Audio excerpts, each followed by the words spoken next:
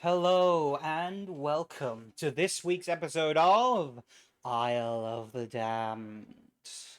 I hope you're ready to enjoy some Vampire the Dark Ages goodness with some crazy things to be unleashed upon us all. I am Mark, your storyteller, aka the CatsMeow, and yeah, I'm here with some lovely players who are going to do their introductions. Starting with someone who was not here last week. Uh, Rebecca, give us your introduction. My goodness. Hello, I'm Rebecca, and I will be playing Keeper Sister Iris. I know that you can't recognize me without my glasses, but yes, the Lysombra. Very nice. Next up, Drew, give us your intro. Good evening, everybody. I am Snowy Freyerson, the Cappadocian, otherwise known as Drew. Next up, the Prince of our little town, Blue. Everyone, I'm Blue, playing Gwyneth, your Zemitzi prince, who is totally fine and nothing bad's gonna happen. And I've been told not to use Krana anymore, so we'll see how that goes. We'll see how long that lasts. Uh, Yeah. uh, Next up, Thomas, give us your intro. Hello, my name is Thomas, and I will be playing Sheriff Randolph of Clan Gangrel. Very nice. And last but certainly not least, Mars, why don't we give us your intro? Yes, I am Mars, and I will be playing Maud the Valkyrie, our friendly little Aramanes. Very nice. I'm gonna take this off because it's hot as fuck. Uh, Woo, that's the reveal! Like, woo! Whoa. There we go. It's gonna be one of those days. yeah. Out of all the Boy, days I to be needed the blind, energy this in is the one. studio. The striptease has begun. And you get to see my shiny ass forehead. Uh, Your forehead's wonderful. Yes. Welcome to the club, Mark. Welcome to the club. I'm not ready yet, Forehead, Drew. I'm forehead not ready reveal. yet. Not ready Quit anytime I want. yet. Alright. Boy. But yes. Uh, we are doing our Vampire the Dark Ages campaign, Isle of the Damned. Set in the city of Peel on the Isle of Man, as we find ourselves following the story of five important Canaanites as they unravel the mysteries of the Isle and survive against the looming threats of ancient blood that surrounds them. I think with that, who would like to lead our recap of last week? Okay. Sounds like someone needs willpower. Go ahead. Yeah. No, I'm not gonna use sorcery anymore. It's fine. I can stop anytime I Okay. like. No, I can't actually. All right. So in the preamble, we saw Judas happily molding what at first seemed a clay bust, shaping it to his will with his hands, and then it started bleeding, and it was revealed that was actually the upper half of a person, and he was very happy. Um, in the episode proper, most of the council was feeding, I think. Randolph went out hunting with Ragnar. Snorri was disposing of corpses from the previous episode. And Maud was also hunting alone. Gwyneth went to ask his childer if they wanted to be Judas's pupil, and Morgan was into it. So, yeah, they both thought he was asking as a test, but he wasn't. Surprise, he wasn't. On the hunt, Randolph overheard two hunters talking about rumors of a witch who was killing livestock. They thought it was just rumors of superstitious villagers, but Randolph went to investigate further. Back at the castle, Gwyneth took Morgan to meet Judas and agreed to study with him. Um, so Judas agreed to stay in the city. Um, and trying to move him out of the castle to somewhere else. Judas said he liked to be somewhere very high up. So whatever that means, we're gonna figure that out. Gwyneth told Morgan he could always come to him if he changed his mind, and there was an interesting response to that. Um, Back to Randolph and Ragnar. They tracked the witch to a cattle farm and witnessed a woman sneaking out of the woods to feed on the cow and then sneak away. They tracked her to a lean to in the woods. She was filthy. There's a hole in the ground she was sleeping in. They questioned her and found out she didn't know what she was or how she got that way. She'd just been doing her best to survive and hide in the 2 weeks since she was embraced. She didn't know anything about her sire or Canaanite life. Her name was Bride, and Randolph brought her back to the castle, explaining some of the basics. Um, she was brought before the council, where we found out she used to live not far from Peel in the outside villages. She was declared caitiff because nobody knew what she was without her sire. Gwyneth chose to spare her, at least until we can figure out what's going on. He asked Maud to look after her. And then after the council meeting was over, Marana pulled Gwyneth aside and basically expressed her displeasure that he had let Bride live and basically was like, I'm not going to respect you if you're weak, so shape up, basically. Maud took Bride under her wing and they did some bonding. Snorri went back to his haven and looked up the witch eye ritual, which he performed. So now he has death sight, but he has to wear an eye patch in public to maintain the silence. Randolph and Gwyneth went to check on Percy, who was super worried about Oliver. When they told him where Oliver was, Percy tried to rush off immediately and rescue him. We convinced him to wait so that we could go together. Anders produced a partially written farewell letter that Oliver had started to write 3 days before he left.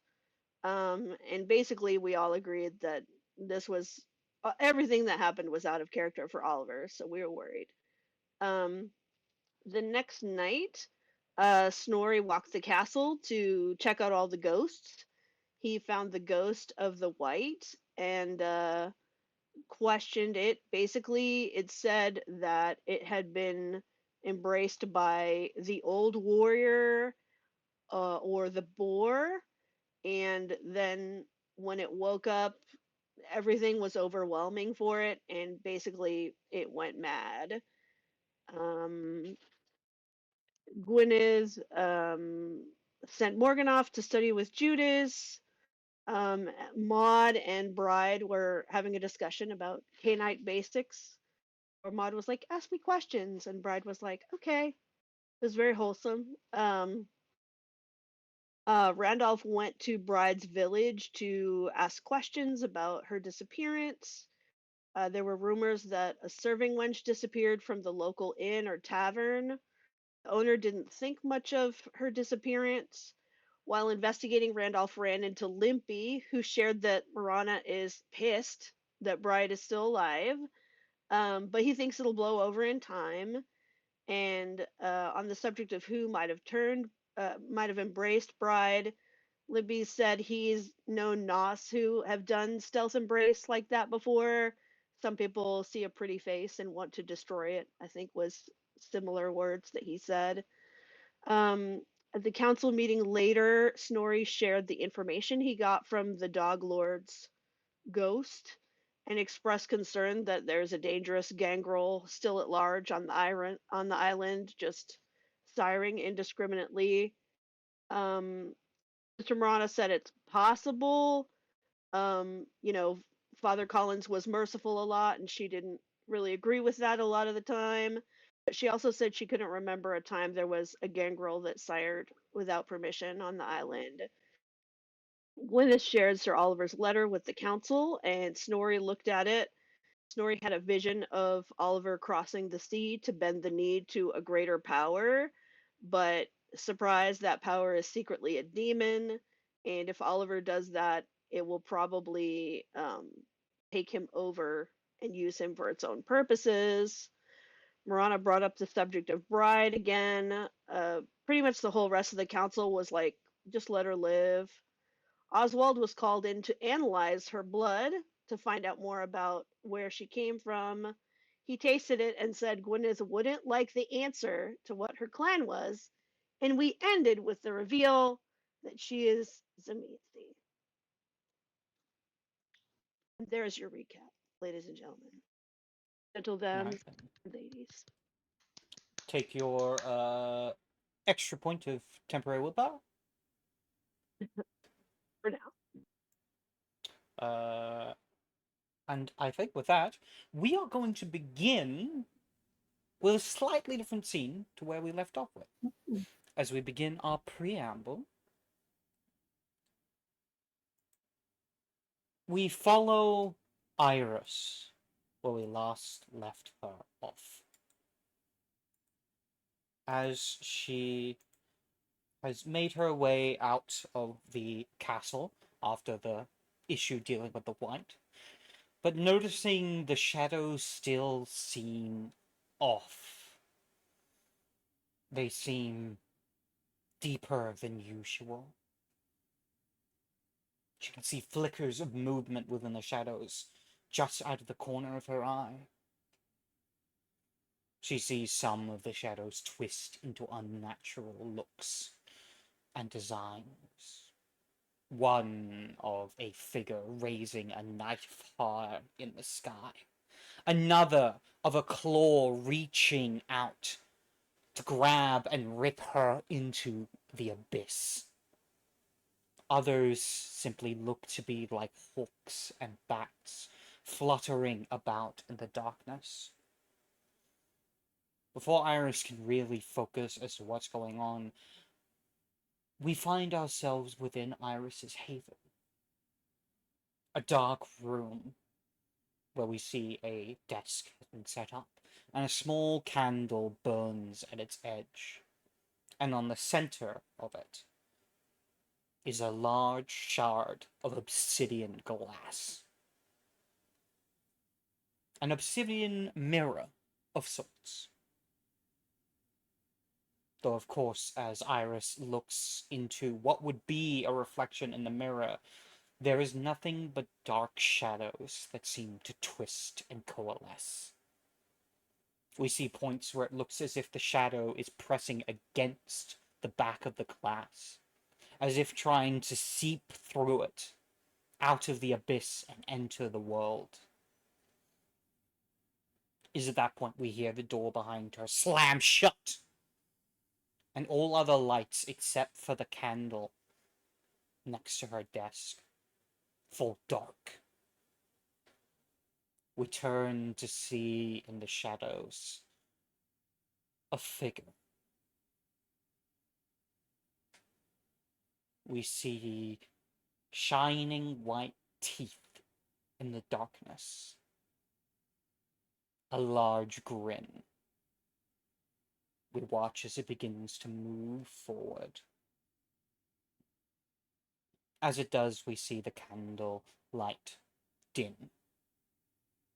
With each step of the figure against the stones, we watch as the light begins to dim even further, as if it itself is being pushed back by the man's own steps. Each step never quite making it into the light, always staying within the darkness. Before finally we see the figure begin to take shape. A thin man, handsome, short, dark hair,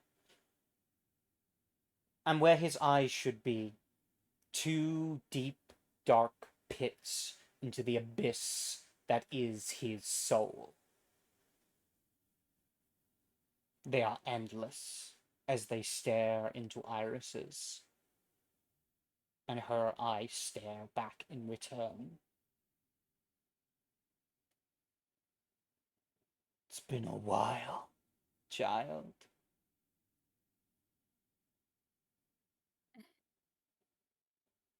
Too long, perhaps. If you say so. I didn't think I'd see you again. No. Why is that? Well, the way things ended, didn't exactly think that you would want to see me again. Wants and desires change. Always.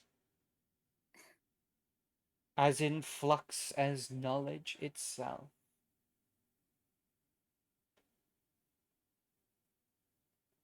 But you have grown, child. Hopefully, stronger.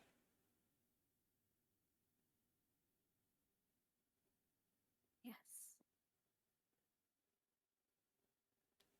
I had to.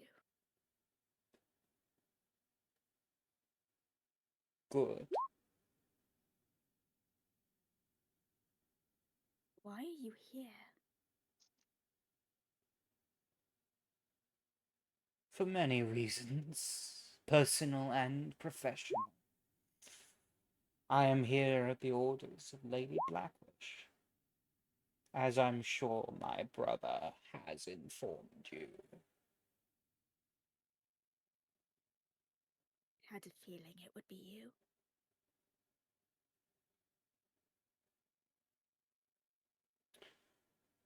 The other is a more personal reason.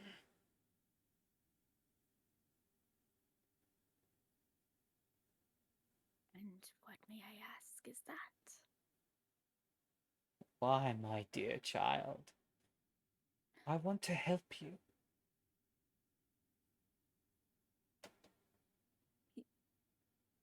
I don't believe you. You Last don't? time you what?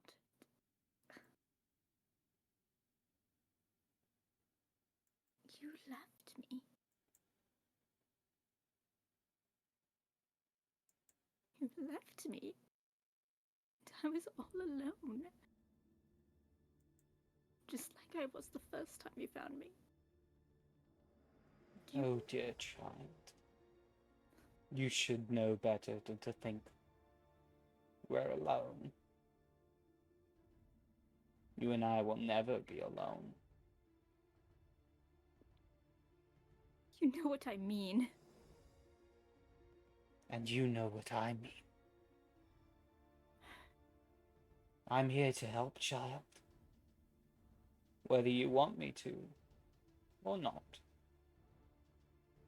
You will be strong. He steps forward once again as the light dims. We see the candlelight is almost crushed by the darkness around it as he closes the distance one more until he is standing face to face with you. She does her best to hold her ground, but she instinctively takes a step back. You will be so strong, my child. Stronger than any of them could ever imagine. I'm And strong together, without you. together we will redefine our blood. Soon, we shall connect to the other side. He leans in. See you soon, child. And as he does, the candle is smothered by darkness. And Iris is left in the pitch black emptiness of the void. The darkness continues until moonlight peeks through the window no longer held back by the shadows of darkness. And Iris is once again left in the empty room.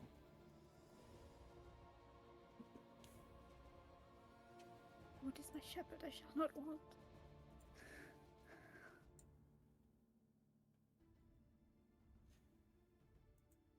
I think it is with that we end our preamble and return back to the scene we were in previously. Iris, if you would like, you can be part of the scene as well. We'll just retroactively slot you in.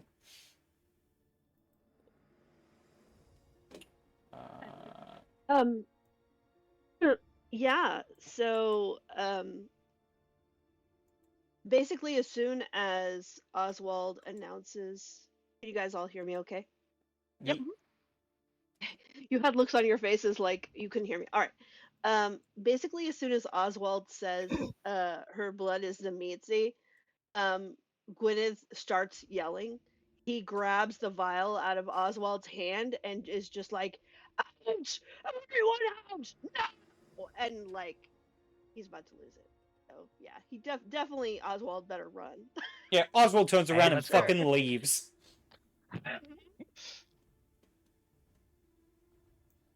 There's a While Randolph is perfectly content to face a beast, this is something best handled privately.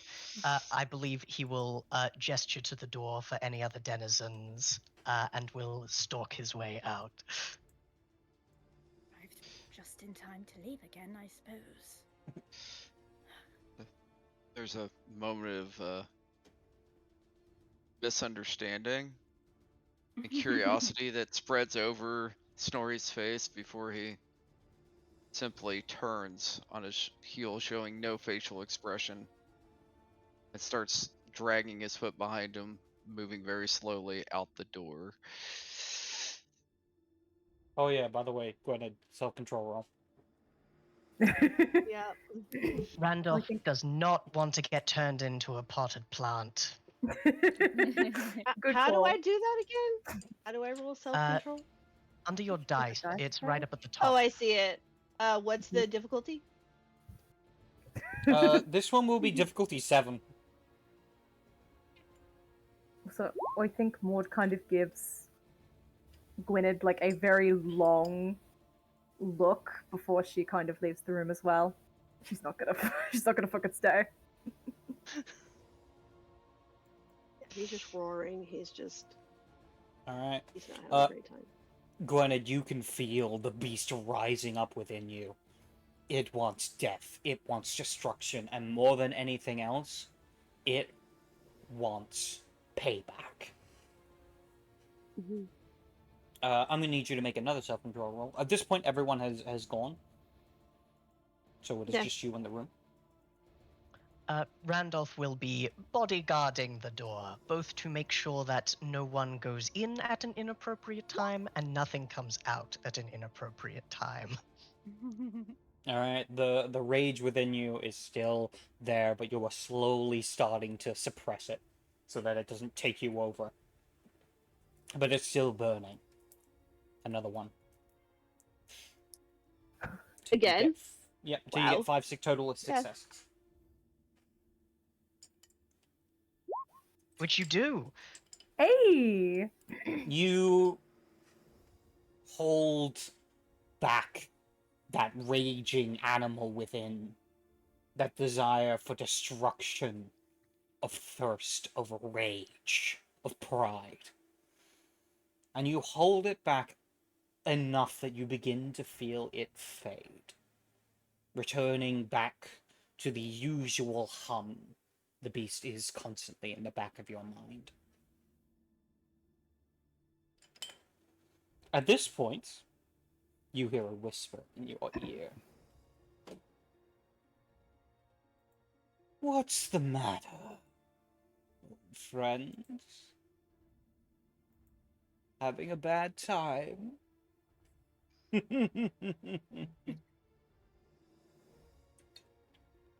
As the shadowy spirit of Orin arrives.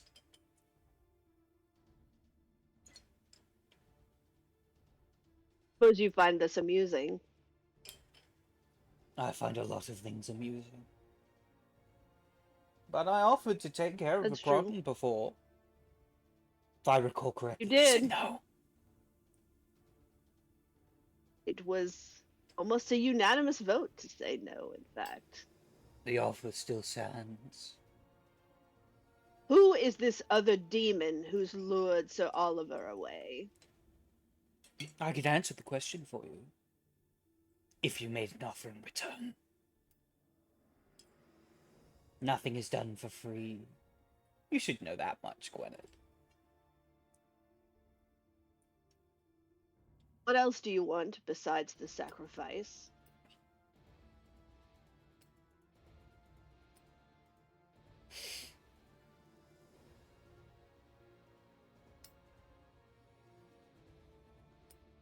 To be truthful, there's not too much else. There are not exactly followers of mine in these lands, and there have not been followers of mine for quite some time. Perhaps you could create a cult in my name, or perhaps even a religion.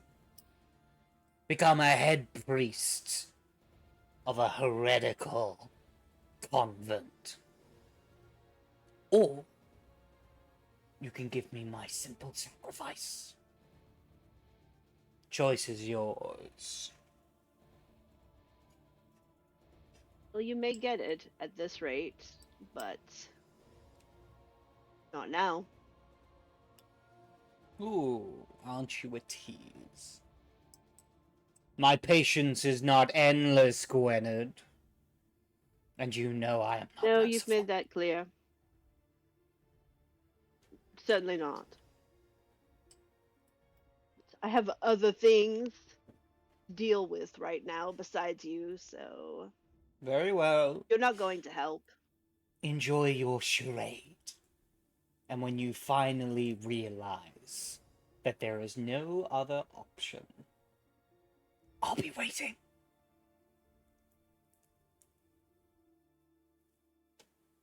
Go With that, on the then. shadows disappear, fading into smoke, as you are left alone in the room once more. Alright, I want to use Krana. I need to find out who did this. Alright. Make the roll. I knew it, you slime! I'm not gonna use Grana. 5 minutes later, I'm using Grana. I told you guys I had to. I told you that. Indeed, it's good. Something occult. What was it? I believe it's intelligence. Perception probably. occult? Okay. I'll double check what it was. Yeah, I think it sometimes depends on the Krina, but let me take a look. It's the first. He's just using the first dot to Yeah. using the land to get insight. Yeah, attribute occult, so I think it's different for each power. So I think for the first one it's probably going to be perception, but I'll double check. Yeah.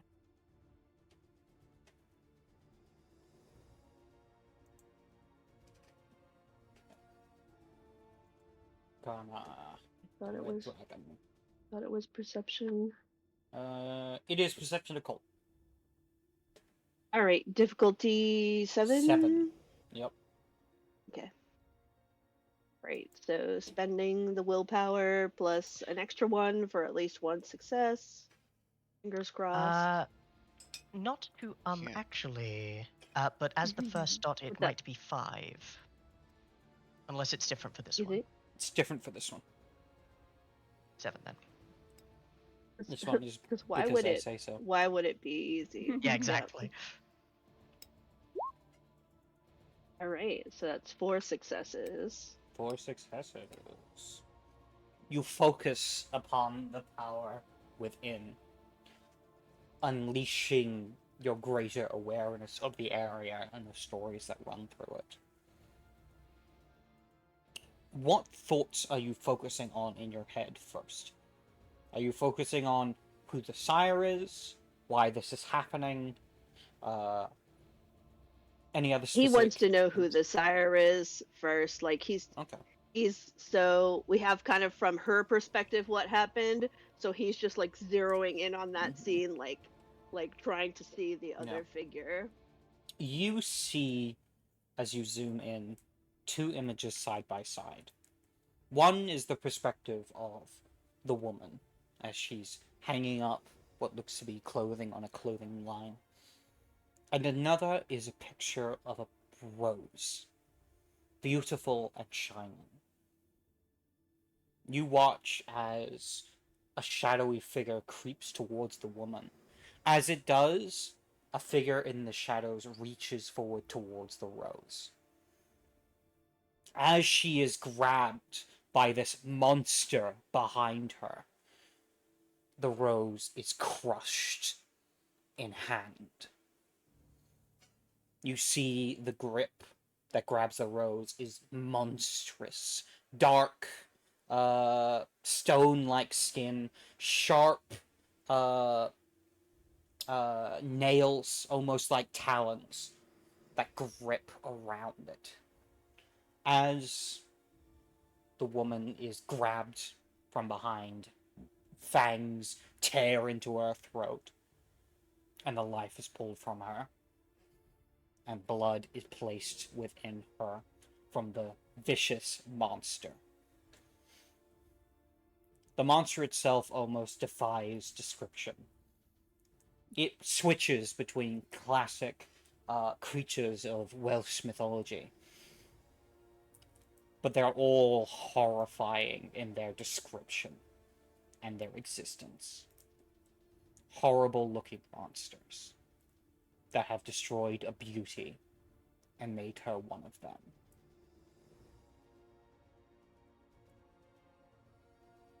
Unfortunately, that is all your chrono is able to discover. As the winds carry the story to you, a story of petty destruction of beauty.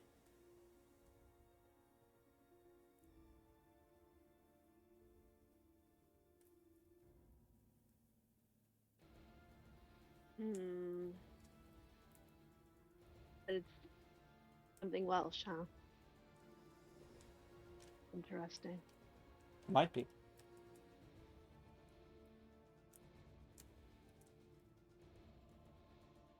All right. Okay. With that, we return to your perspective as the story has been imparted to you.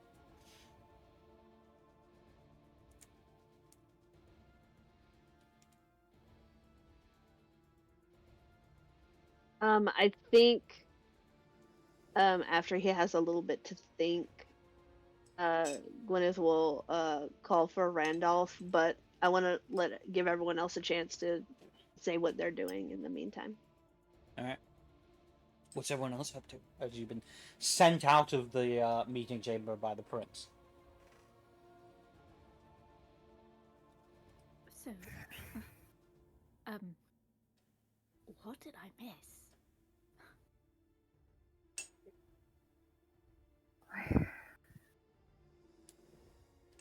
A bit. Maybe. There was a girl sired without permission. And as we heard, apparently Zamitsi. Wonder who? Hell's the praise.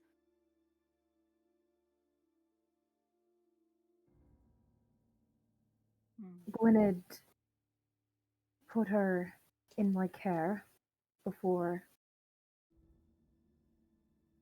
we knew that. Or don't.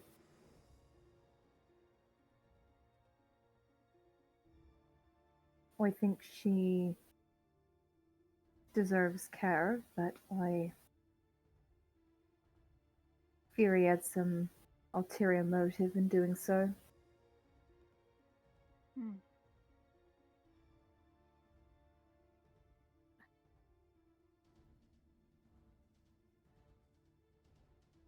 Where is she now?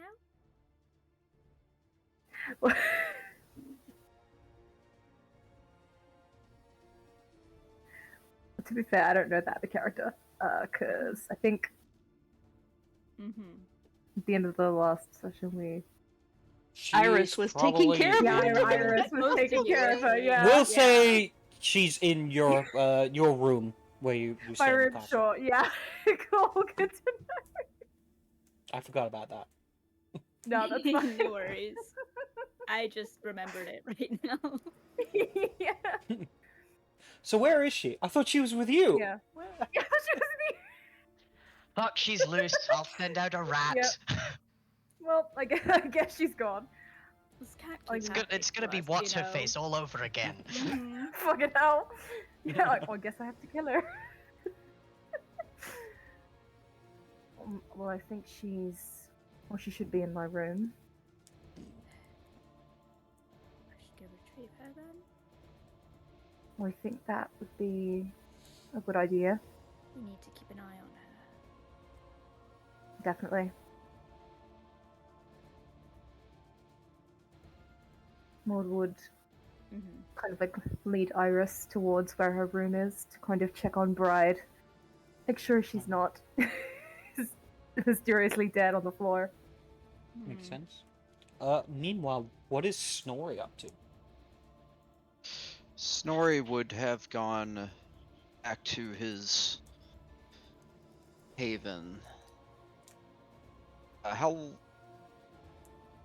everything that's occurred, how far are we from night ending? You're maybe 4 hours away. With that said, I believe the ritual only lasts for like 24 hours. I think it lasts until you dismiss it. Okay. Which one? Which So is I.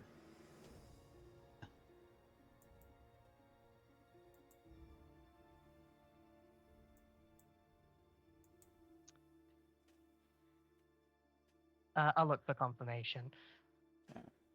I assume it lasts until you get rid of it. It's my Okay. assumption. Okay. Yeah, Well. some things mention a hard limit. This one doesn't. Okay.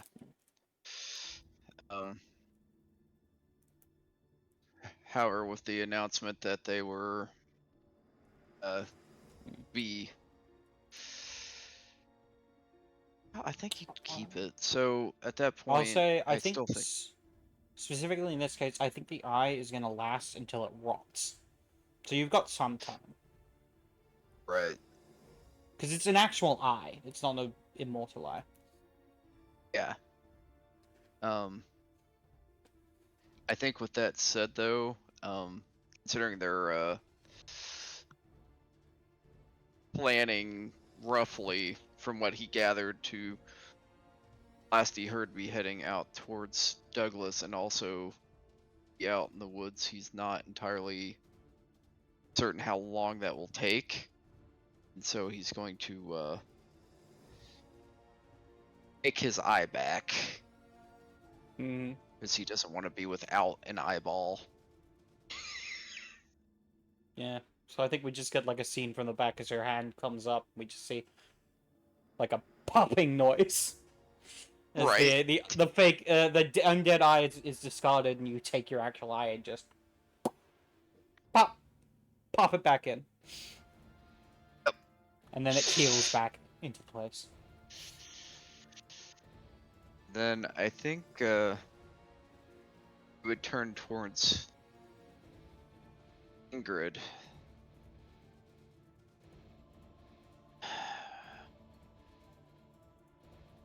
It's likely that they will be asking me to leave with them. Are you comfortable maintaining? I am gone. Of course, master. And he'll walk towards her, back of his hand caressing her cheek. She would lean into it.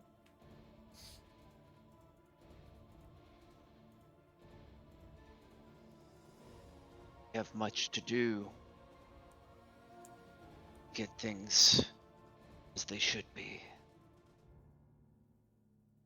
Of course. And I shall continue the work as you're gone. And with that, it would be he would lean in, kissing her, then just fading it to black, because would probably wait until he was summoned. Cool. As we move to, let's say Iris and Maud, as you are both at the room that Maud uses, and find that Bride is sitting there all alone, Mhm. just kind of awkwardly sitting there. Yep. Iris will look to Maud. Would it be alright if I spoke with her? Yeah. That'd be alright. I think Maud kind of like looks to Bride, kind of giving her best attempt at like a reassuring nod, but it's a little bit awkward, but she's trying, and would kind of gesture to Iris. Just kind of looks at you and then nods in return and goes, greetings. My name is Bride. Hello, Bride. I'm Sister Iris. I've been told that you've had a rough time of it. Yeah, could say such.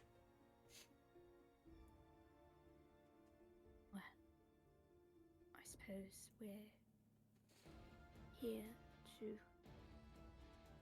teach you what your sire did not. Right?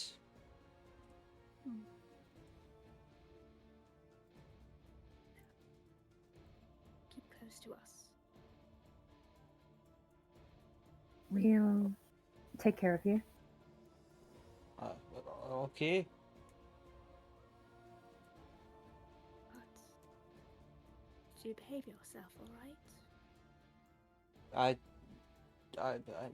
I'll do to the best of my ability, from what I know of the rules, which I know a little. It seems to mostly be stay out of the way of the people that hold the power. That's a good rule of thumb. They can be rather strict and unforgiving. But yes, we'll explain the rules good and proper to you. And then you'll know them, and thus the consequences for breaking them. All right. I don't plan to break any of them. I don't plan to do anything that's, I don't want to do anything bad or anything. I just want to know a little bit more about what's going on. Of course.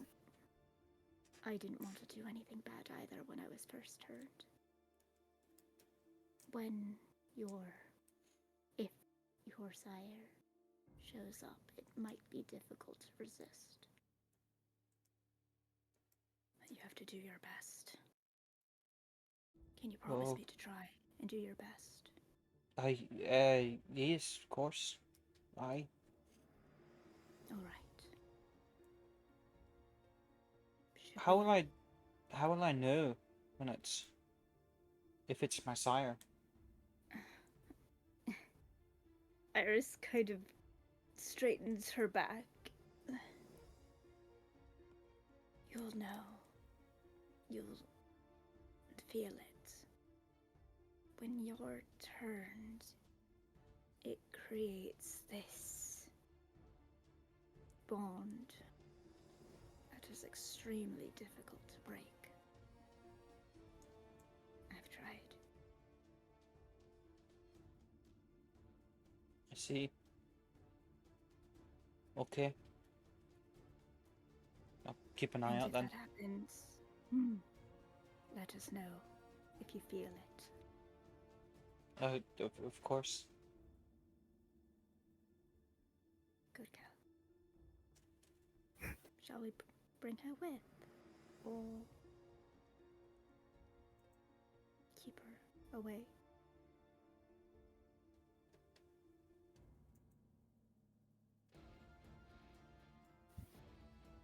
Maud? I'm not sure at the moment. I'm not sure what kind of state Prince Gwynedd is in. Good question any day. I think for the time being, it might be a better idea to keep her away until we know that Gwynedd's not going to do anything.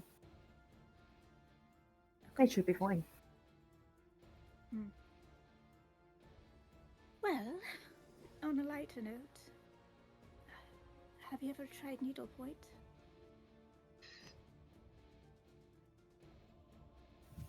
A little? Right, well, let's do something fun. Alright. Transition. Was Sounds was like you're that disguising. hesitance in your voice? Sorry, you go. I say, are you trying to disguise chores as fun? How dare you? Needlepoint is quite relaxing work. And Is that Iris lying, or is that Rebecca trying really hard to make That is- Iris believe? that is Iris. Iris has no problem believing she's so good at it.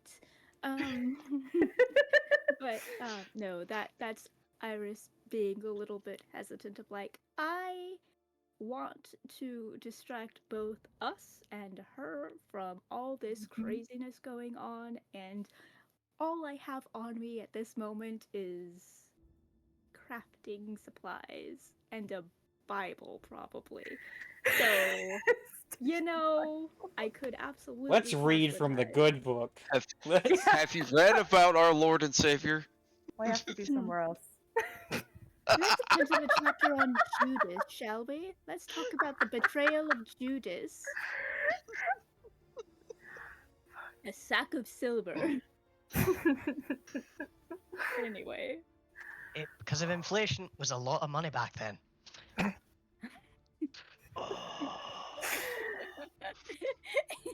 Storyteller, save us from ourselves. Oh my god. Star wipe, I think. Alright then. With that, we return back to the meeting room as we see Randolph enter in, closing the door behind him. His Leaving eyes you- darting go around. ahead. Oh, sorry. No, you go.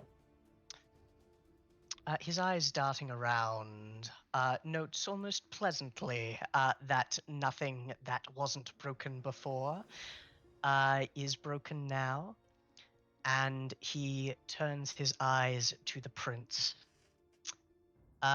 Close shaves with the beast he understands quite well, so he waits, moving with a deftness and grace that you've seen him move in before, but never outside of combat. Either he's upped his game or he's expecting something. I couldn't see who it was, Randolph. I couldn't see. The magic stuff. What did you see? Yes. I saw a monster, misshapen, in all sorts of forms of monsters from Welsh lore, creeping upon this poor woman to destroy a rose.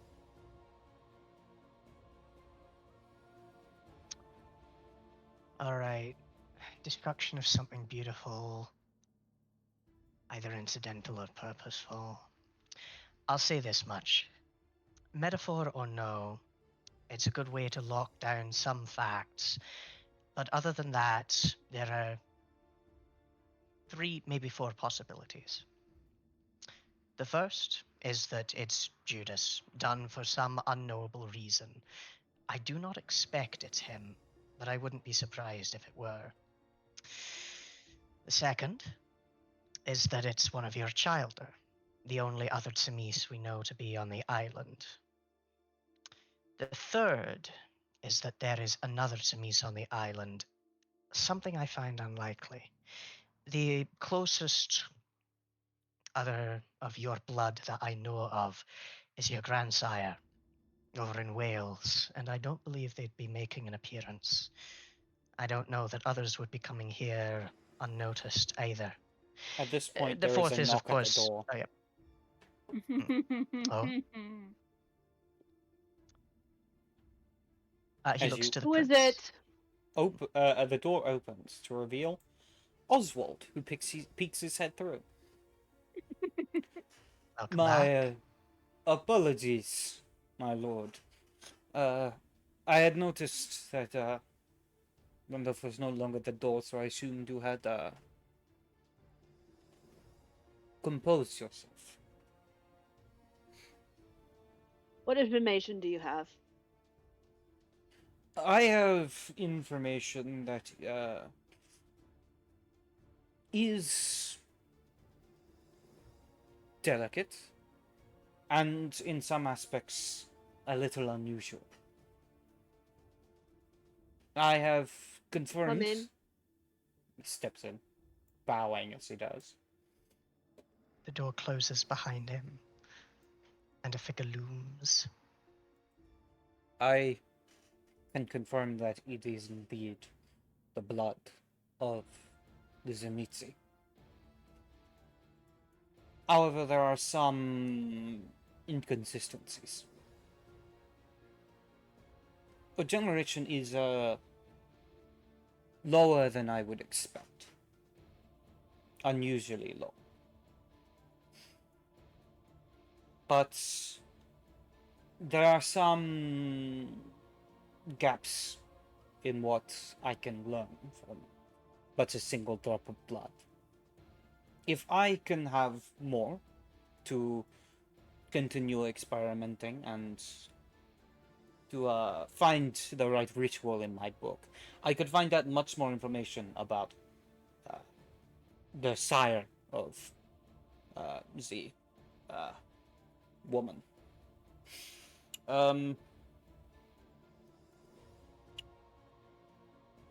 I could also do far, far more. Perhaps find you definite and precise answers in a short amount of time if I had access to the Caitiff herself.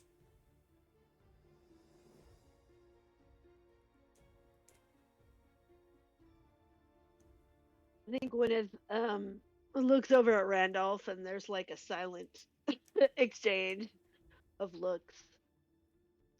There is, though in Randolph's eyes, you don't see what conventional people would call empathy towards other people, at least not at the moment. Oh yeah, he's used to that. Gwyneth will tell Oswald, this time you will not have access to her. However, we need to solve this soon. And so he'll just like extend like the vial back to Oswald against his better judgment. He's like, fuck, He takes we it gotta and fix goes, this. So, if it would change your opinion, I would not harm the Caitiff. I wouldn't expect that. You're far too civilized for that, aren't you? Well, I like to think so. I should But hope so. it is your choice. Your wish. Now, this is what I will allow. Please do what you can. Of course. That he bows, turns on his heel, and leaves. Door opens. Door closes. Randolph will say, the fourth possibility is that something weird's happening. The fifth is that Oswald's lying, but beyond his enmity with Judith, I don't see what he'd gain. Hopefully, he's at least somewhat frightened of us to not lie, but it's always a possibility with that type. Never trust people to be intelligent enough to show fear when they should. True. This is a problem, Randolph. I don't know how we could all leave to help Oliver with another dragon on the loose or something worse. You can imagine, of course, the demon came to me again, offering help. Help. With the same price, I imagine. Oh, yes. What's so important about a sacrifice to him? Is it like food, or does it pursue a wider goal? And it doesn't have a following here, so wants to establish a sort of religion, worship it. I suppose that's what demons do. I honestly don't know. Hunger. That's a goal I understand well. Though in such an alien form. Still. If we're taking Oswald at his word, then the most likely suspect is Judith. But he said a low generation. And I feel Judas, I don't know why he would disguise himself. He doesn't. Low generation His in ego vampire is. senses. It means the more powerful you are, the lower your generation is. So the higher generation, the weaker. Got you. I knew Sorry that. about that. You're good. You're good. Yes, it would seem so. His ego is such that I'm surprised he would disguise himself, but suppose anything's possible. Nobody noticed a thing. One moment she was out hanging laundry, the next she was dead, and the next she was up and walking away, and nobody saw a thing.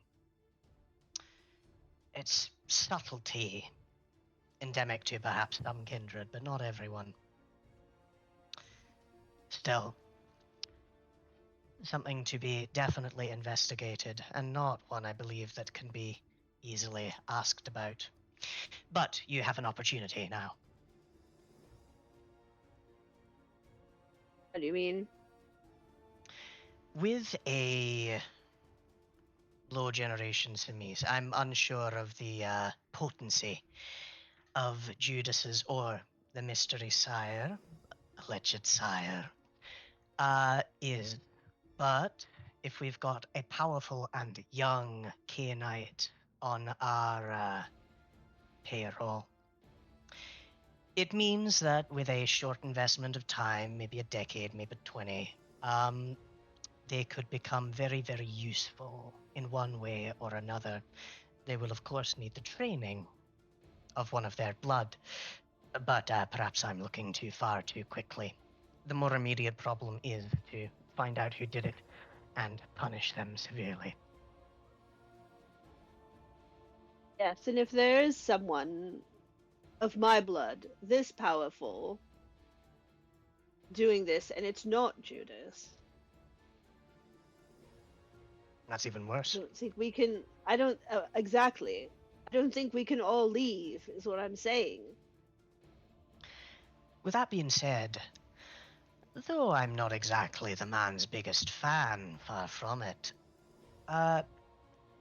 why in particular did you refuse him access to either more blood or the lass herself? Let's see what he can do with the sample first. I see. establish a pattern, figure out what he can do with a minimum of information before he can get larger ones. Good. And she is precious, as you say. Gave her to Maud for a reason. Wouldn't like to take her out of Maud's care so soon.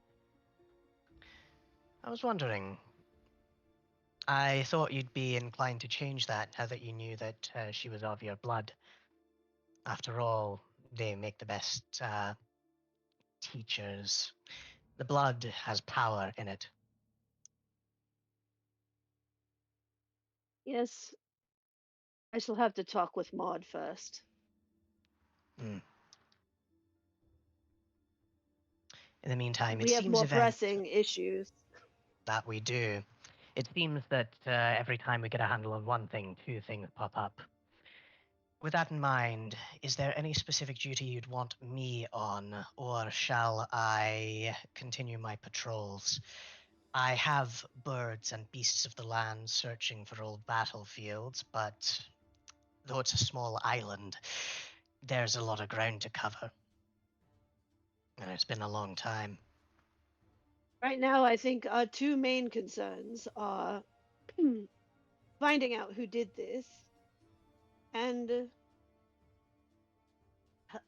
getting Oliver back.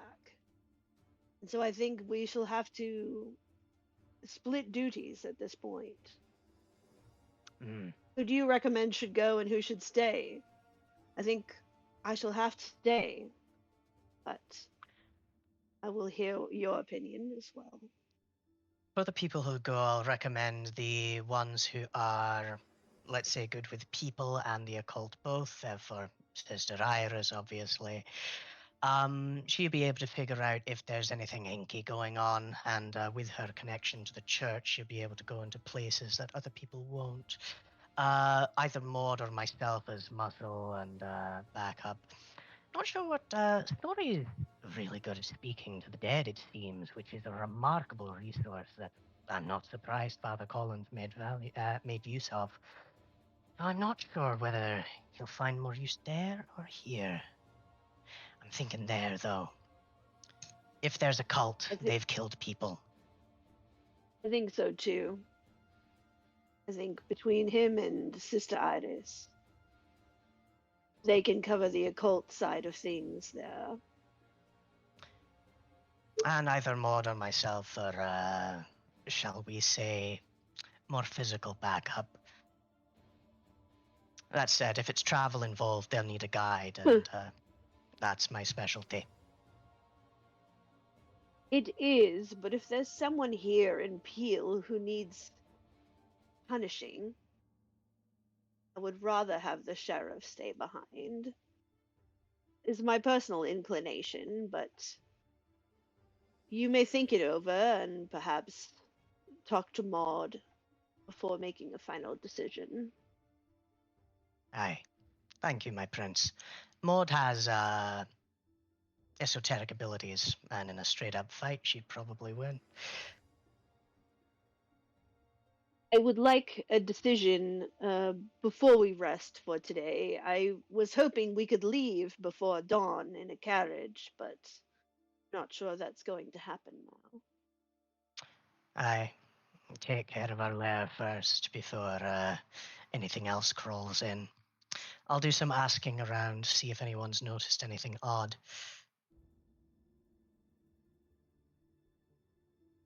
And speak with Maud. Let me know when you've come to your decision as to who will be leaving. Aye, my prince. Thank you, Randolph. And with like a nod of his head, he's going to open the door, slip out, and close it. The door makes very little sound when he does it.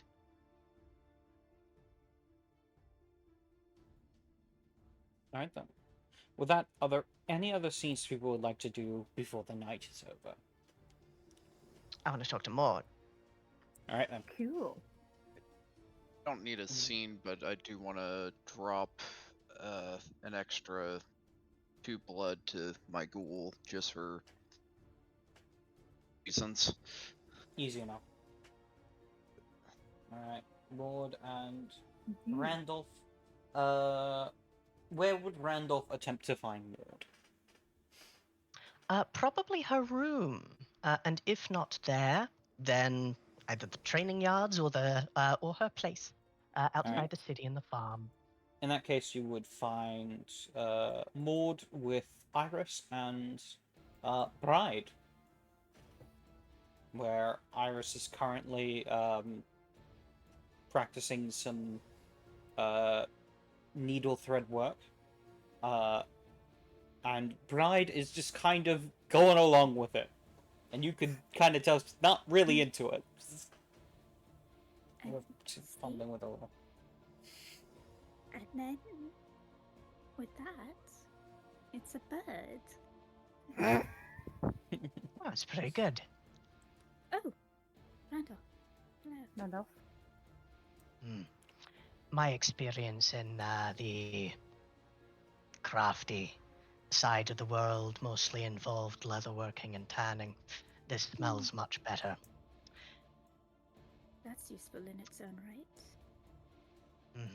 Pretty I useful. had a lot of time alone to pick this up, but I'm sure you have business here. If you want to speak of hobbies. I do indeed. Given the gravity of of Bride's sire, and it potentially speaking of worse things surrounding the Peel, Oliver's departure and service towards some dark power still remains an extant threat. With that in mind, Prince Gwynedd has recommended we split our efforts. I recommended that of those heading towards Douglas to investigate either signs of this demon or to make good with Prince Atticus. Was that his name? Yes, Yes, Yup. yes. Yes, Prince Douglas. indeed. Prince Douglas. Prince Douglas of Atticus. I recommended yourself and Snorri, Sister Iris, both for your gift with people and your knowledge of the occult. However, if we're splitting our efforts, there are two people who have highly specific skill sets. That's yourself and myself, Maud. Wherever else, protection and potentially very quick intervention may be required. Prince Gwynedd recommended that I remain here and you go with them, but ultimately, my specialty lies in guiding Canaanites from one side to another. And in fairness, well, you're stronger than I am. Yeah, she is. Fair point. So with that being said, I'm not certain where we'd best be placed. I'd leave it to your discretion. Yes, I think we're both pretty good when it comes to tracking and navigating. I think generally either one of us would be suited to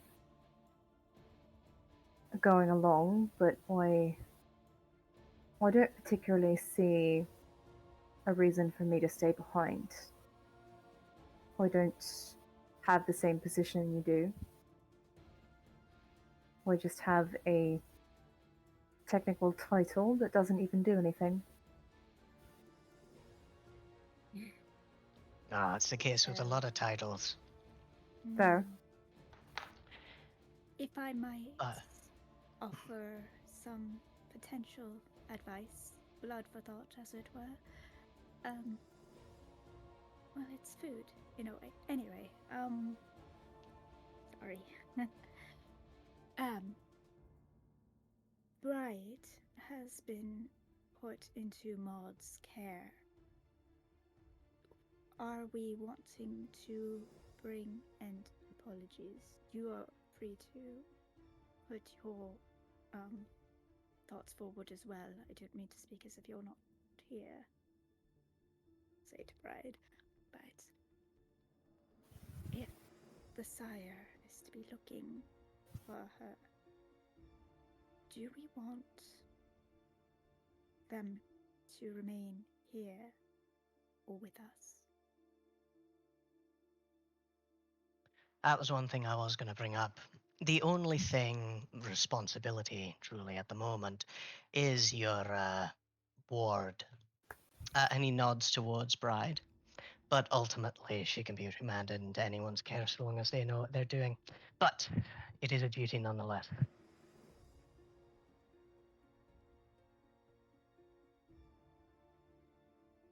Fair.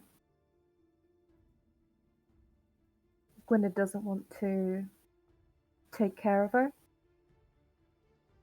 I didn't say that.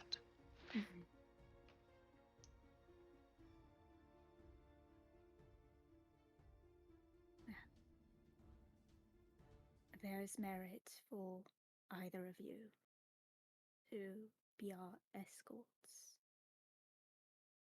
But ultimately, the girl's care should also be considered. Of course. I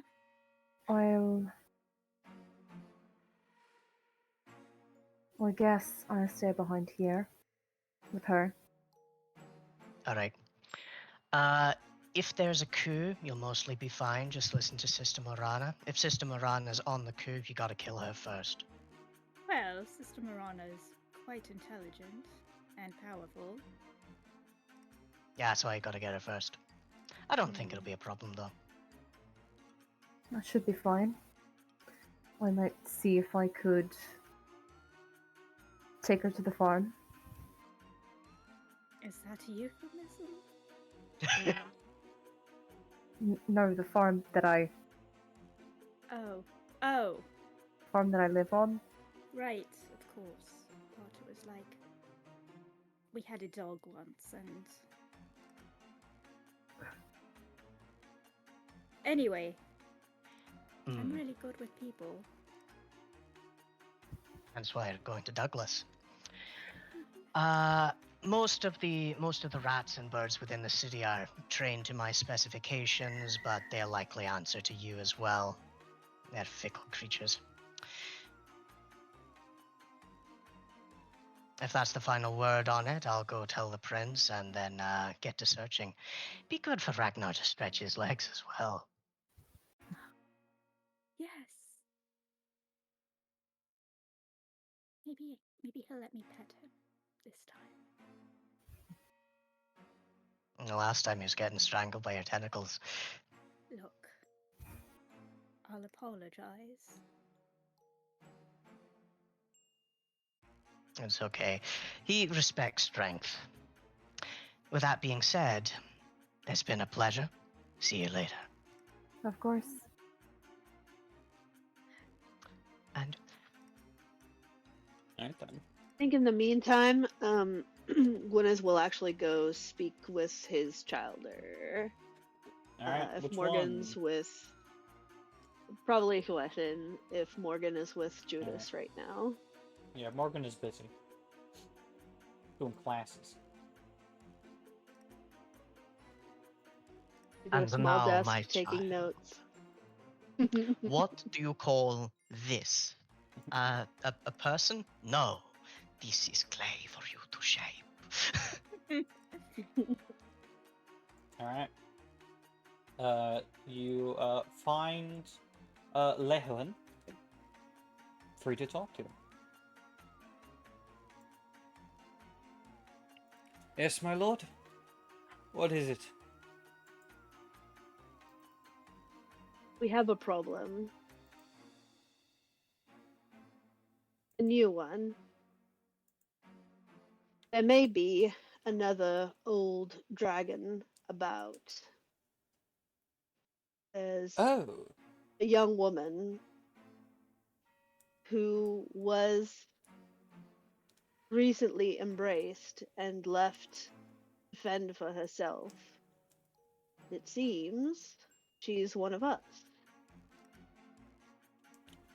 That's not good. It is not. And Ugh. half the council is preparing to leave for Douglas. Why are they doing that? It seems like a problem that needs to be dealt with, right? It is, and that's why I'll be staying. But they've got to handle this Oliver situation, which is also pressing.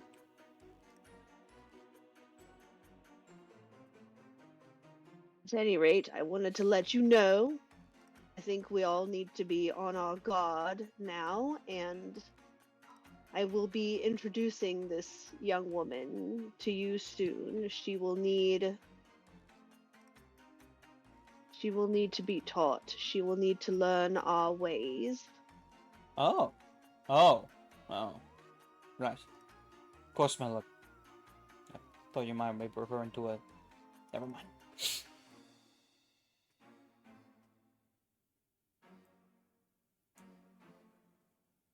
Gwyneth laughs, actually. This is disturbing news and nothing good. There is a possibility that it was Judas who did this, so I am concerned for Morgan. But Wait, until we the know for certain, big scary guy. yes. Bless you. He does not sneeze. He cannot sneeze. Uh... Wow, that's... very concerning. Well, with that then, sire, Sorry. may I return back to the village and continue my duties there? Yes. Please be careful. Oh, I will. Not going anywhere near that fucking monster. She kind of like bows to you and turns around and goes to walk out. No respect for their elders. Wait, who do you think he got it from? There is respect. Just saying. He respects his Yeah, I elders. He think just that's doesn't it for respect me. elders he don't know. Yeah, that's different bloodline. Yeah. Alright then. Yeah, that's it for me. Anything else to be completed, or shall we move to the end of the night? We can move to the end. I think we're gonna move to the end. I got Oh, got nothing in particular except like scrabbling for any piece of information to see if there was any sign of Judas leaving like about a week ago. Do it. So what are you looking for in particular? Maybe word amongst the nighttime serving staff, either ours or the king's, to see if like there were any movements made, either by a hunched figure or by someone large, moving about a week ago, heading out of the castle. Make a manipulation and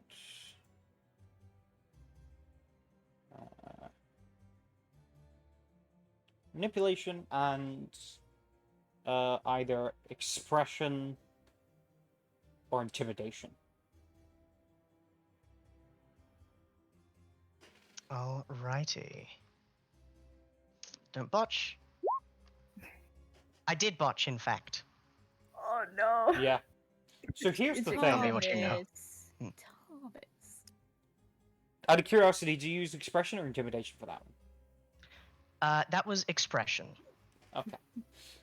So, as someone who is on a path of the road of the beast, you don't exactly come off very human. I'm not the warmest person. No. As you're kind of going around asking questions, most of the stuff are like, I don't know what you're talking about, and then continue on their business, as they're very much like You're not a lord. I'm gonna go. I don't know I'm who gonna you get are. away from this situation. And then there is a This point person where, looks like they would wear my skin. and then there's a point later on where two guards approach you, and they go, excuse me, sir, we're gonna have to ask you to leave the castle." No issue. I don't suppose you've seen a hunched figure walking around.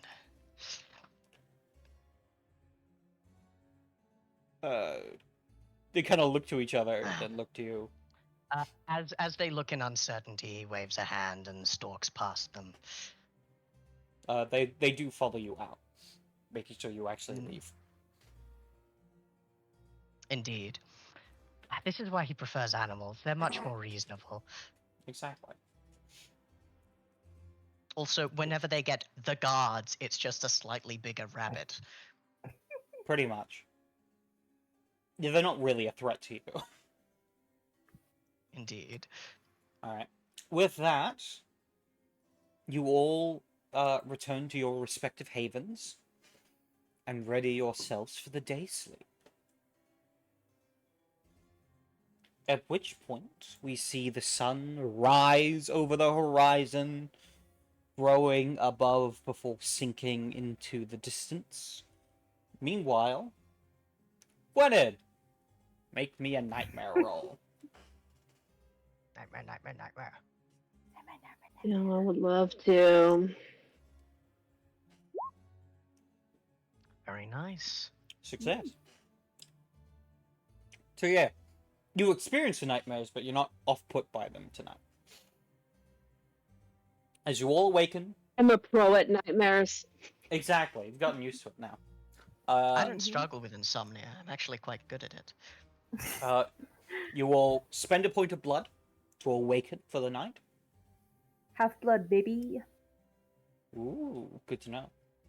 Mm-hmm. And you all arrive for your next official meeting with the council as you plan your journeys.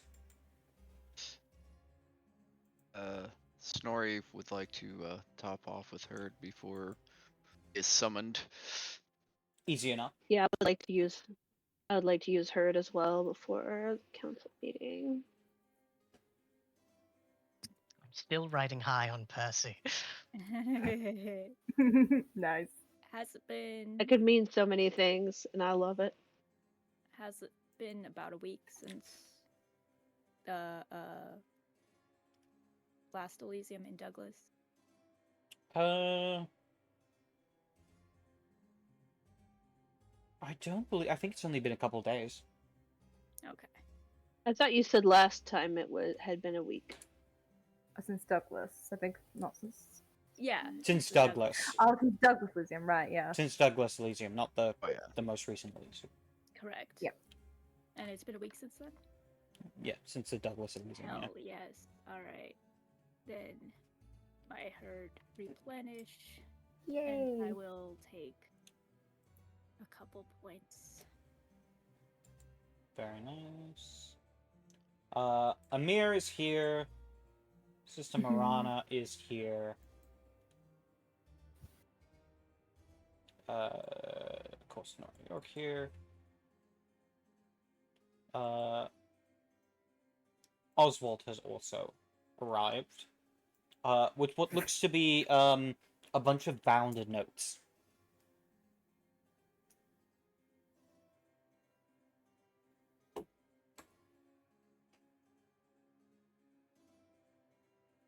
Will be our last council meeting before the party leaves.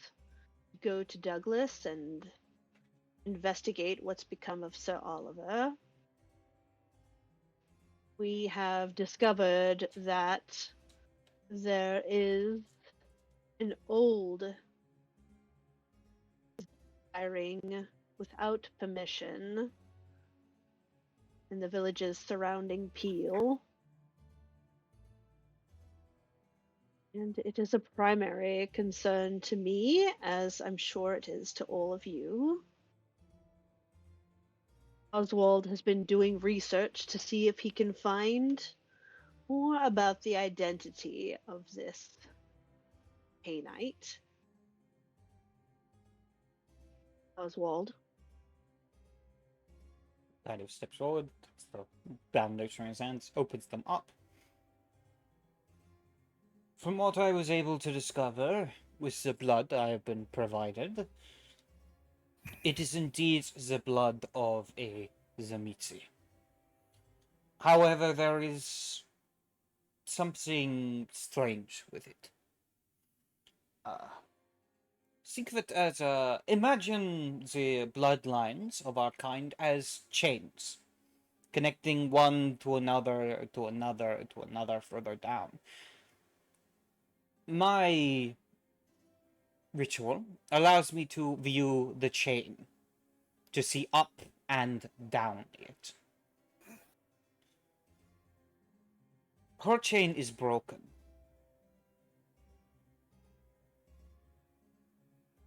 Ah, What does that mean?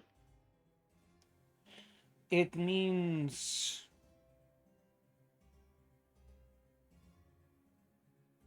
well, to be quite honest, I'm not entirely sure what it means. From could my it possibly research, mean- Hmm. yes, Oh, I was just curious. Perhaps it means that it is, you know, similar to an offshoot of a clan, not them specifically, but a different lineage of sorts. but even then the lineage would still be connected. No, this Hmm. chain, broken, between sire and child. Interesting. The possibilities of this could be endless. From what I was able to find through my own research and texts, there are very few recorded cases of this happening, if ever. And many of them, the components that would link one to their clan or heritage do not show. For example, a gangrel of broken blood would not develop the appearances once they have frenzied. And a Zimitzi would not found themselves bound to places of power. Meaning she doesn't need a bit of their resting ground to sleep. I don't know for Of sure. course.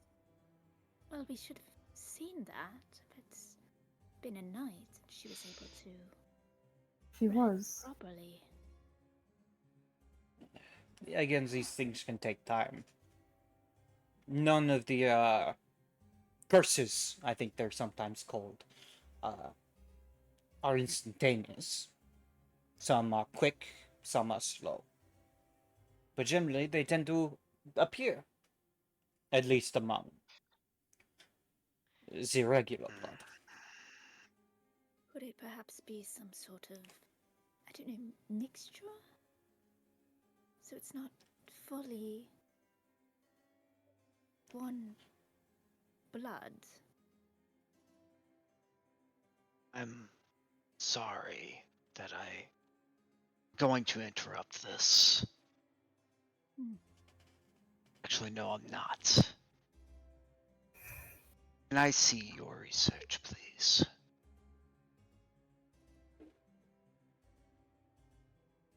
To what extent?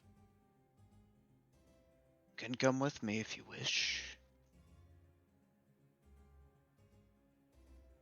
I What want your to look research- it over. Maud, I'd like you and your board to join us as well. Why? Sometimes books don't have all the answers. Might be I able to can put some more pieces together. I can lend to I you don't the think it's the notes. time for that. I can lend you the notes I have created on this case, but I cannot allow you to view my texts. I don't need to view Technically, your text. they're not even mine. Snorri, I course. think you should learn your place. You're not in the council. I don't think you should be trying to offer up my ward, as you put it, without properly asking.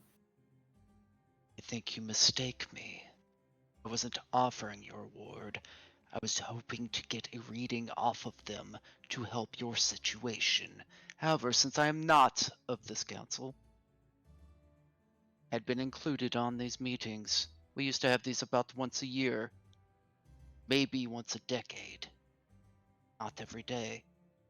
Excuse me. He leaves. Oh no. Randolph shrugs and goes, "Oh well." With that being said, Honestly, that was Gwyneth's reaction as well. It's like, with that being said, it might be good to get a second view into the deeper mysteries of this, because if what you say is true, Oswald, we've seen perhaps an occurrence of a very young and naturally born clanless, which is interesting academically, though inconvenient in this case, as it means you cannot see the sire. Am I correct? It is difficult. Again, I might be able to do so if I had access to the caitiff themselves. But with the blood, I can only certainly, do what can be done. certainly convenient for the person who committed this crime to be untraceable through pride. We Perhaps will it was their continue intent. to. I cannot say. I would imagine it would be mine if I were in the stead. In the meanwhile, we will continue to investigate this locally, but I believe those going to Douglas need to be off soon. Is there any other business we should address before then? Oswald closes his notes. Thank you, Oswald. I believe Uh, we've done. Oops, sorry. Oswald, you may leave for the moment. Thank you. Very helpful. Perhaps we can discuss your research a bit more when I return. I would like that quite well. Hmm. You can see him just kind of like, his smile appears, and then it returns to a neutral expression. He turns to the prince and bows. And he steps out. As he does, we see him walking away, and we see Snorri a little down the hallway. And you manage to hear Oswald going, they never ever, they never fully listen me out, do they? Fools, all of them. As he wanders his way down the hall. As he does so, Snore just stops in place, not looking over his shoulder, just waiting for him to catch up. Mm-hmm. So you're saying they've always been like this? Kind of pauses and then looks to you. Looks back. If you get to conversate with them again, you can inform them I have more information that it seems they're not interested in. And that's... I think we both... Actually, do not mind. I don't want to take your text. I merely wanted to look over your notes. Maybe we can go discuss and actually get to the root of these problems. They and their bicker amongst themselves. Kind of sighs. Why don't you make me That'll be good. I think in this case it's going to be, are you being genuine? He is probably manipulating, trying to get into it the information he has without having to have another conversation. Okay, in that All case these it'll be extra conversations are ridiculous yeah, for in that him. case it'll be manipulation subterfuge. So that will be 5 dice, difficulty 6. Okay, give me just one sec. I will be right there to do that.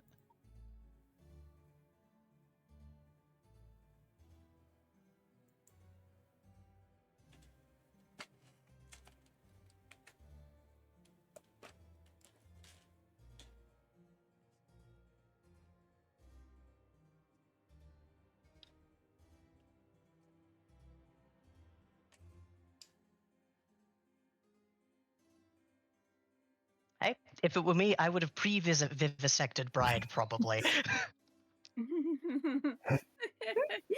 That's why it's good it's not up to me. Fair. Hey, you didn't say mean- vivisection. She wouldn't be harmed. Exactly. Wouldn't be harmed. It would be totally She wouldn't fine. be harmed. It's because she'd be Trust dead. Tremere. This was just for fun. Mm. No, not fun. That goes against the path. Ooh, nice. 5 successes. With 5 successes, he kind of looks you up and down and goes, and then he passes you his bound notes. It is the only copy I have, so I would like it returned when you are done. Where would you like it returned?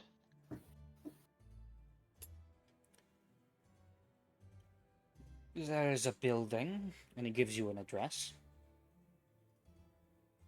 Once you arrive at the front of it, simply mention you are here to return the book or the notes. Very well. Oh, and Thank you for. don't knock.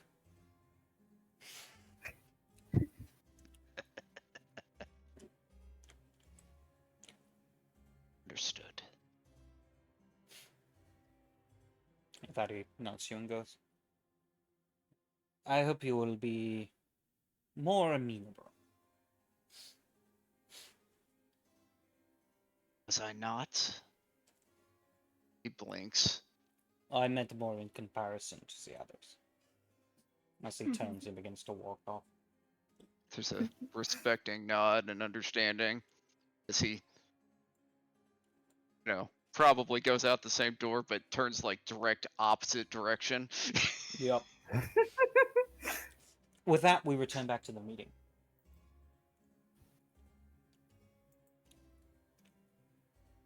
All right. The score is relatively simple as far as the travel goes. In my absence, I'm counting on Sister Miranda to keep abreast of the secrets within the area and Maud to deal with any of the more pressing threats that might rear their head. This will be the opportune time for any enemies of Peel to strike, even if they're just opportunists. So we'll do our best to make our travel quick. I would like to hear if Sister Morana or Amir have any insights as to this new information about the Canaanite who committed this crime.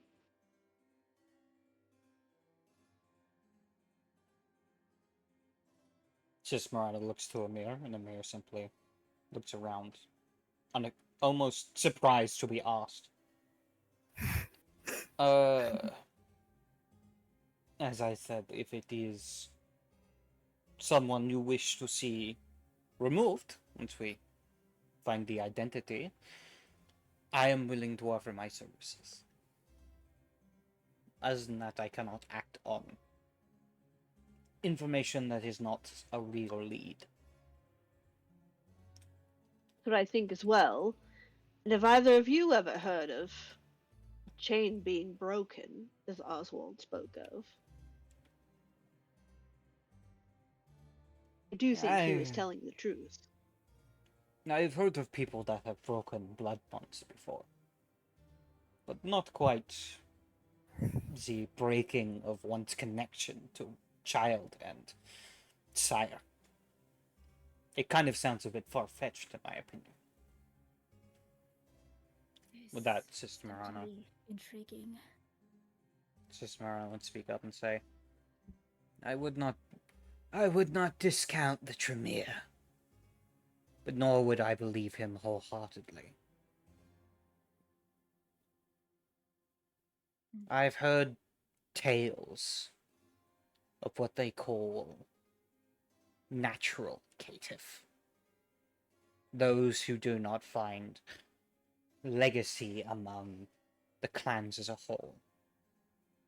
But many of them have been shown to just be obscure bloodlines or origins we have just yet to quantify.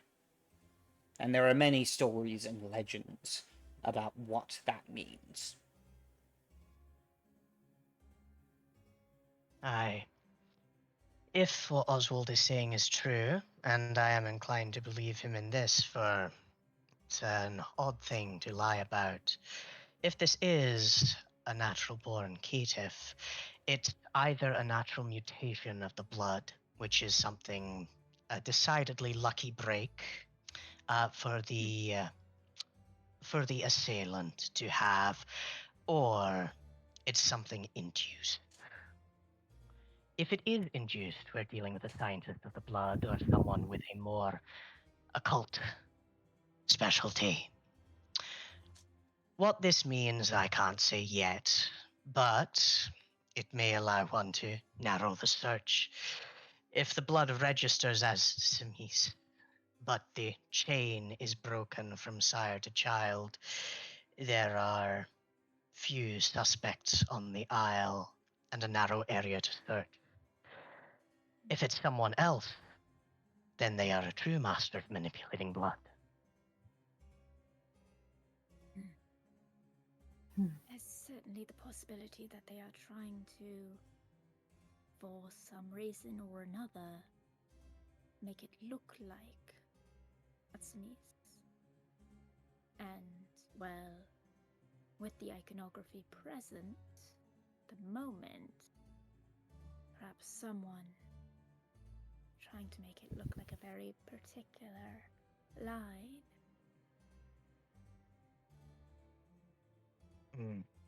Yes, I I had think whether it's another dragon or not, whoever did this, if it is not the obvious person, it's definitely someone trying to point the finger at them to definitely cause unrest. I'm sure it would do many people well to see both of us take one another out.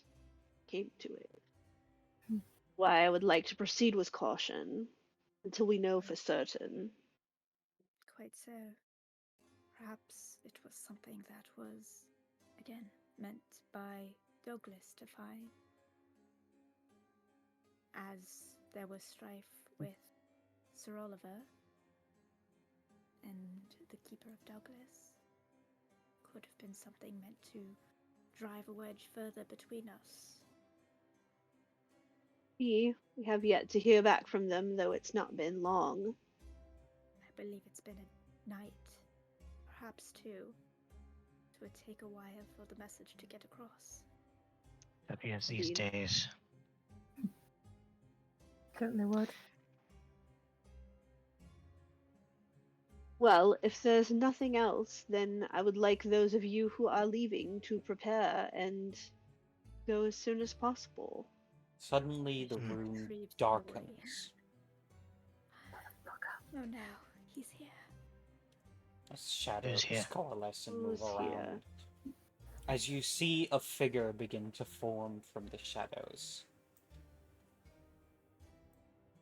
A handsome gentleman of dark, short-cut hair and eyes that are deep pits of dark abysses. He wears the clothes of a nobleman, fine but dark, colors of blacks and grays. It looks as if he's wearing shadows themselves, as he simply appears coalescing before you all. Am I interrupting? You are Yes. indeed, and I don't believe you were invited. My apologies. I'm simply here to make my introductions to the prince. Make him.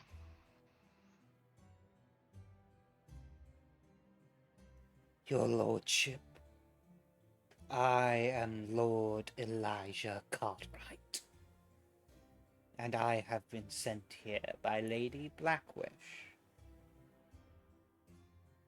I assume you have been expecting me.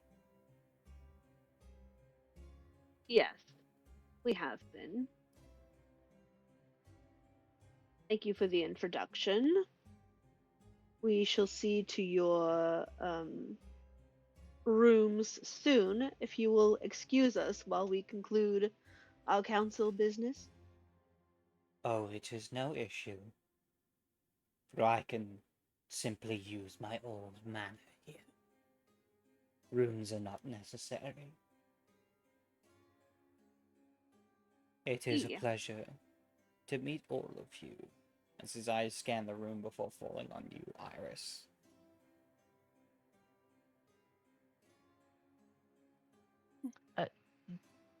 Do I see how obvious is Iris's discomfort and fear? Yeah, I was thinking that It's too. pretty obvious.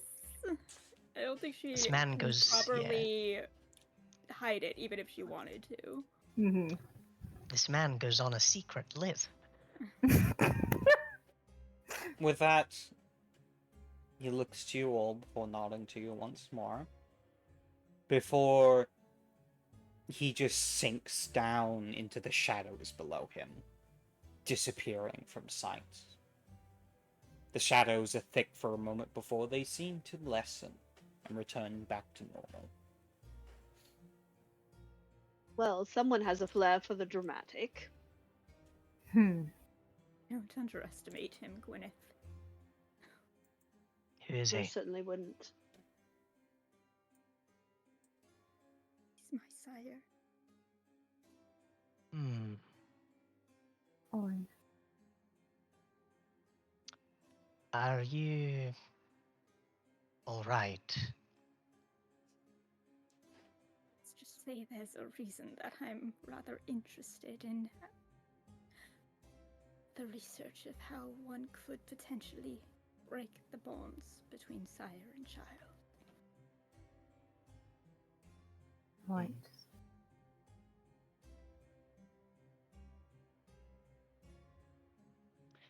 Did you know he was going to be Lady Blackwish's representative? He only made his appearance known to me while I was away. And when I came back, well, all of this was happening. Hmm.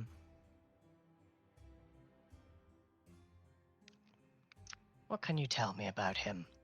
A person who can appear as if from nowhere, no offense, Sister Marana, is someone that I'd like to understand.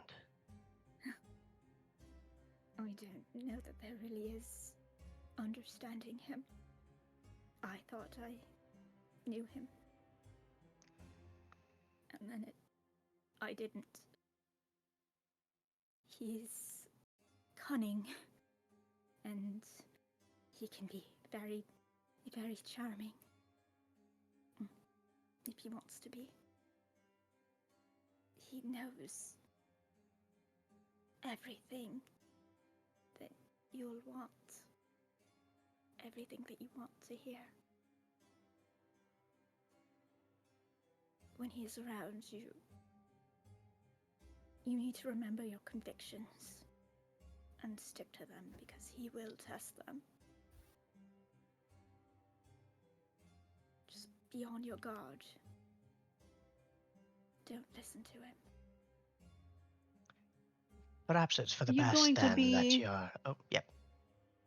Are you going to be all right with him staying in the city? Did I send him back to Lady Blackwish? You couldn't. The Court of Blood is insistent, to say the least. No. Best course of action would be to use it if you can. Find out why they're here. Make a show of, what is it? Hospitality?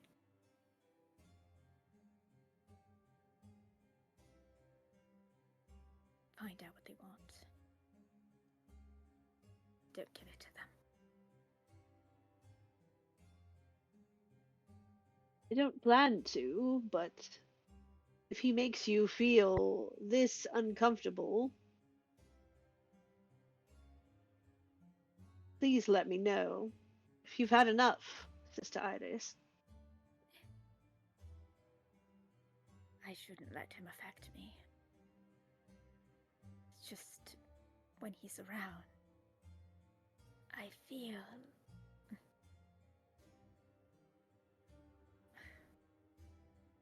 like I used to, in the best and the worst sense. That's understandable. I will be fine. I will be away for a good portion of this, so perhaps it is serendipitous timing. Hmm. The Lord works in mysterious ways, as it were. We'll be sure to do what we can here to prevent any harm from coming to you. Thank you, Lord. Just make sure you watch out for yourself, too. I am not mincing words when I say he is clever and cunning. Don't give him anything to use against you, because he will. Of course, Hmm. Another threat, then. They never end. Still, an elder of the La Sombra clan and a representative of the Court of Blood isn't someone that you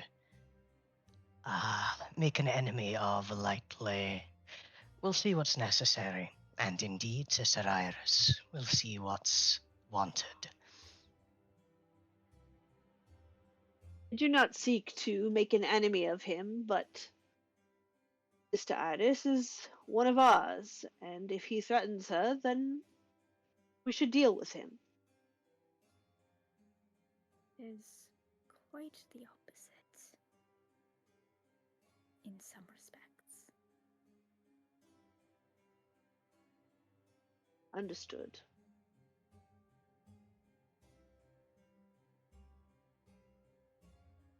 Well, if that is all, I think you should prepare to leave. And Great. I hope Snorri is still intending to come with you after his recent temper tantrum.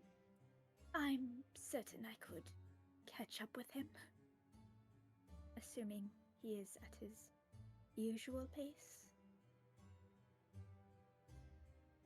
Iris, if you could as well, Yes. let Snorri know that I'll take his advice.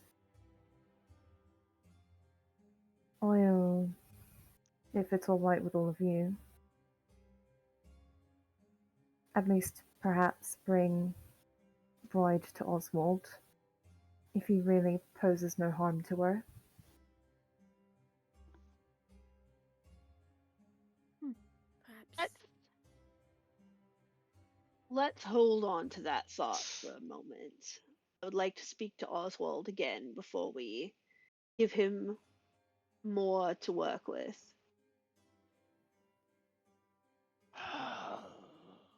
Of course. Through self-destructing. Mm-hmm.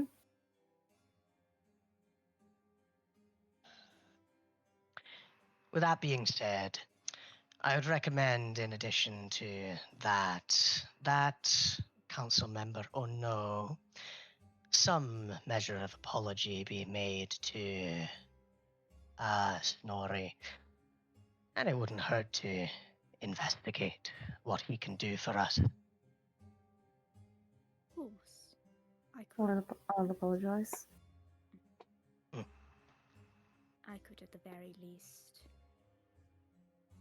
make that cushion happen on the road. Would be a good opportunity. We we should, go. Wagon's been ready for 2 So- days. Yes, yes. I'm very keen to be on the way as soon as possible. So, and she's kind of just like slowly backing towards the door, like waiting to be properly excused. You do so, Sister Iris, if you would like to find Snorty and patch things up. Yes, quite. Moments. She says quite. She is out the door and going down the hallway for Snorri. I imagine you'd find Snorri probably looking through the notes that he has been given. Mm-hmm. Yeah, I mean, he would have returned to his place. Iris would probably be the only one that would actually know where that's at this point, but she would, so. Mhm. Alright then, in that case we'll say this takes place at the graveyard.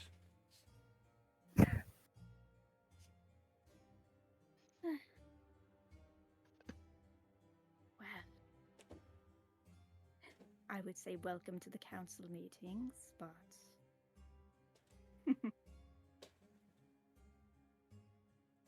It's interesting that I was requested to be there, then informed that I don't need to be there. Cocks an eyebrow. I think Iris does let out a genuine giggle, half due to nerves and half just relieved to have a connection to Father Collins. There has been a lot of tensions ever since Father Collins departed. It seems as if we haven't been able to catch a break. These meetings that, as you said, happened sometimes once a year, sometimes not even once a decade, are happening every day, sometimes twice, sometimes more than that. It is. But I'm not here to speak bureaucracy. We are to leave soon, but Maud expressed regret over her words and wishes to offer an olive branch and perhaps figure out about Bride with you. But we can discuss that on the way.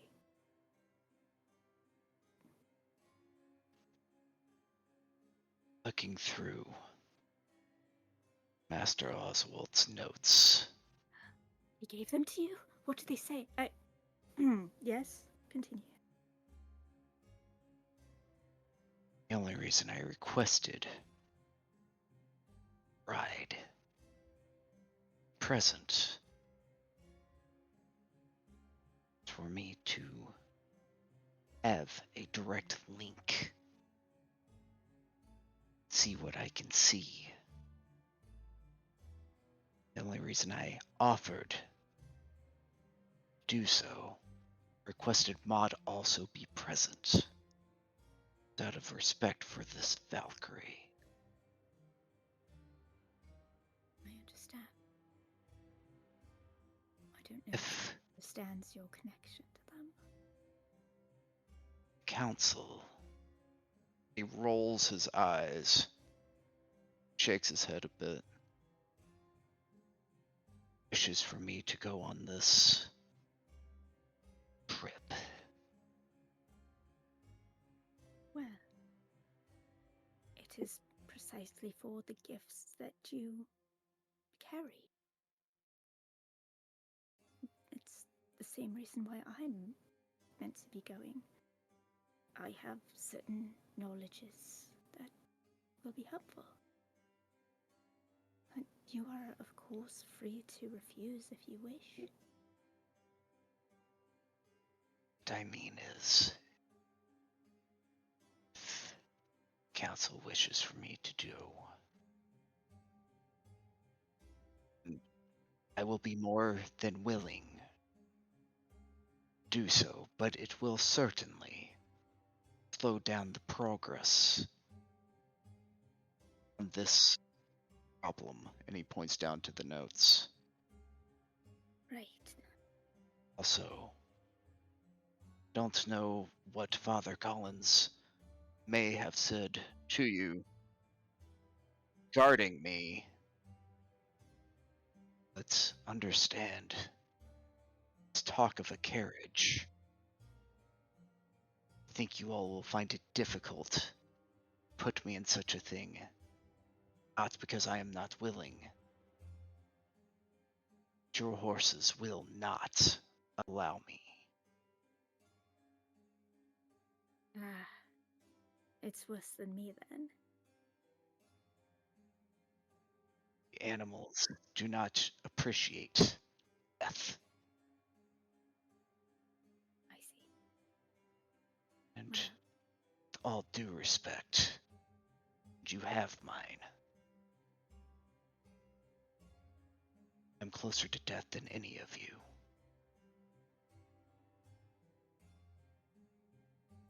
that is true. What do you suggest then? Put you in a box and drag you behind? Either go on foot,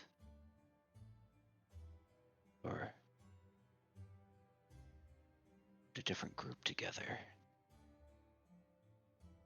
This Randolph is really as good as he seems to be. It's all right. And I would imagine it will go equally as quickly. However, the other thing I wanted to bring to everybody's attention in the council chamber, they going to be safe. I would suggest Odd Bride come with us away from all of these Samis and my old friend Sister Marana. I can tell she has no love, Bride.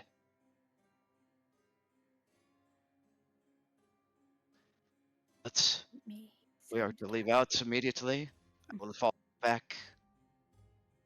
Let me just collect my things. It may sound callous of me, but if things are to go poorly, it would be better that there are people who are more ruthless around her. I know I could not be the one to do what is necessary. I agree. Maud is more than certainly capable. As am I. He is. Well then, shall Randolph starts- and Starts collecting his the bundle of notes. This is certainly going to piss off Oswald. I have such mixed feelings about him. His research is intriguing, but also it is...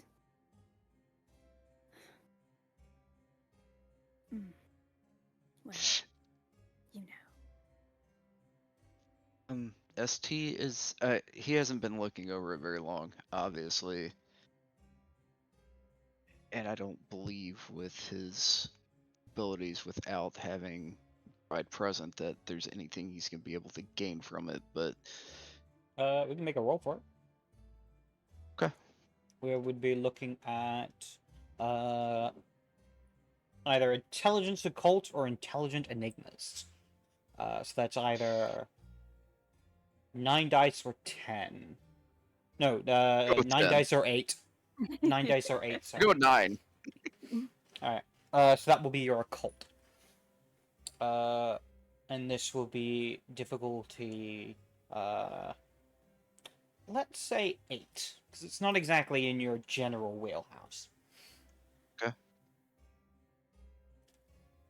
Would there be any way that I could help by looking it over as well? You could make an intelligence occult or intelligence enigmas, Hell yes. and it'll be the same difficulty. I spend a willpower. Alright. Would this be by any chance book learning or a business decision? Technically, this is book learning. Yes. All right. It's not abyssal mysticism. Yeah. Gotta ask. All right. Intelligence occult, and that was difficulty which? Intelligence occult difficulty 8. 2. Got 2 successes with the ones. Yep. Occult, Unless I had a specialization that counted. Let me actually look through your specialization. Oh no. Well, Oh a no. lot of ones. Actually, your specialty in analytical would apply, as Yeah, you so are 3. analyzing this. Even with the ones. Iris is just super stressed out. Don't know. Oh yeah. You know when you turn a page too fast and it rips the paper? Yeah. Oops. In this case, Snorri, as you're kind of looking through the notes, what you can tell seems to be dealing with a lot around theoretical aspects of the blood. Use it in a very a mix between scientific and sorcery terms. From what you can tell, generally the notes here talk about how this form of Cainite is extremely rare, one whose connection to their sire has been severed. Through all known sources of this happening, there's no connecting piece. For example, there are examples of this happening around those who are very high generation. There are examples of this happening after people have performed rituals to, like, divorce the blood of some power within it or purify it in some aspect. There are also records of some supposedly hidden sorceries being able to be used to transform someone's blood into a new form. Theoretically, possibly changing someone's clan or bloodline. However, this itself is a different aspect, as it seems to be more of a natural or a mutational development rather than something that is brought on by ritual. But it's not impossible to be the case. When. Carry on, sorry. He'd also go into the differences between the main clan bloods, as he can distinguish them usually by telling of which branch they fall from, usually connecting that to what he calls the antediluvians. Now, he also talks about how he does not know if it is actually connected to the antediluvians or just a strain that seems to connect the blood through certain individuals. He does make a note that it seems as if the further it goes back, the harder it is to discern, and there are some cases where it seems almost flat out impossible, at least from the examples he has found. He simply then notes afterwards, if he actually had access to the vessel, he would be able to test the blood straight from the source, as well as observe the more precise aspects that do not transfer over in just blood, but that can be found in the direct veins themselves. So, as he's going through all of this, and Sister Iris kind of looks down at it and reacts as she does, he starts taking a moment and pointing out the little puzzle pieces. He'll look to her. See, this and this connect here. This is the other side. And you can tell, like, way he's thinking through it, Sister Iris, that he's literally piecing a puzzle together. Yeah, And Iris, then as he- you look through this doesn't make sense. I don't. There's something about this that seems almost inconsistent between its ideas, and you just can't put it together. Well, how does that divorce you from the blood exactly? And how do I do it? And then he looks over to you. And there's a moment of, like, recollection.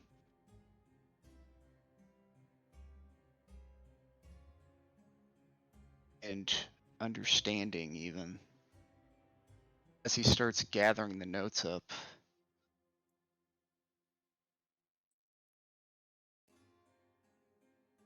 Ah, Is that right. out of fear? Or is that out of pain? Do you want that separation? I know of your story. It's just been a long time. Both. It's fear of him, fear of what he can do, and fear of what he does to me. And though I know better, I'm afraid it will happen again. Drew, could you roll me a d10 and tell me high or low? Oh no. It's been a while. Oh no. A while. It's been a while. I'm gonna go low. That's That is the the opposite opposite of of low. low. Yeah. Well. Specifically in this case, you've heard of her sire, Elijah, but you never met him. You don't know much Right. else about him. Other than he's a Right. The only Lasala. thing I was feeding off of was our previous discussion that he was in Yeah. the whatever meeting where it was decided what was gonna happen was gonna happen. So yeah. You Very know good. that information, but you don't know any of the specifics, basically. Right. Turns to her as he gets the things collected.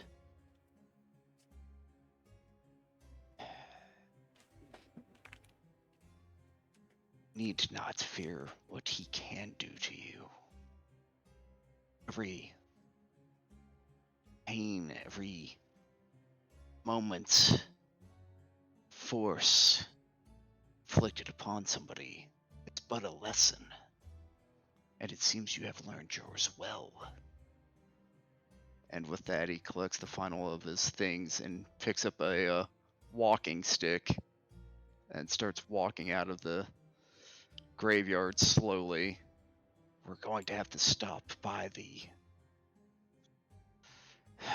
Oswald's temporary haven and drop these notes off. If you would like to run along and catch up with Maud and explain to her that I myself was hoping to help, not Oswald, She's before just we very, leave. of course. She's just very protective. She's a Valkyrie. I after all. understand protecting one's flock. It's okay. Do not take offense on such things. Thank you, Sister Iris. It's almost like having Father Collins here again. With that, he starts tears. stepping off. Hmm. Okay. Iris Alright. wipes sentimental tears away and goes to do just that. All right. Smells think- real nice. Goodness. Why is all this blood on the cobblestones? What the fuck happened here? I don't know. Unite. Someone's been attacked. Regular droplets indicate that they've been running while bleeding. Oh god. Dramatic All right. story. I think with that we will cut to Maud as you're walking with Pride. Would you be taking her to Oswald at this moment, or are you planning to like No. hold off on that? Okay. No, hold off. Yeah, just because I think, yeah, she'll listen to Gwynedd, and that he very clearly stated to hold off, and I don't think she really, like, she doesn't particularly want to, but she thinks it could be a possibility down the line. She'll consider it if it'll help possibly figure out how to break that bond for Iris. In But I which think case, for the time being, oh yeah. I would say in which case you're probably like walking around the city as you see Iris making her way in your direction. Iris? Maud. Hello. You're right. Yeah, I'm fine. Yes. Snorri said that he would be willing to help if you were amenable, and that he would not be giving Bride over to Oswald. It would just be between you two. And he understands that you were being protective. Right. That's much more preferable than what I thought he was suggesting initially.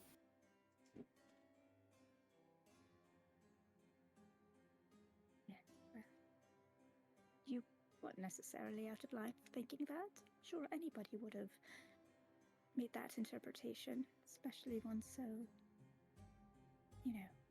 protective and watchful. Of course.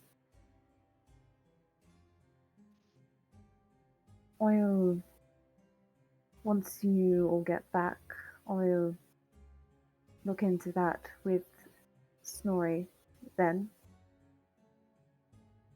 Yes. And I'll keep Bride safe in the meantime. Good. I know you will. I think you two will make a good team.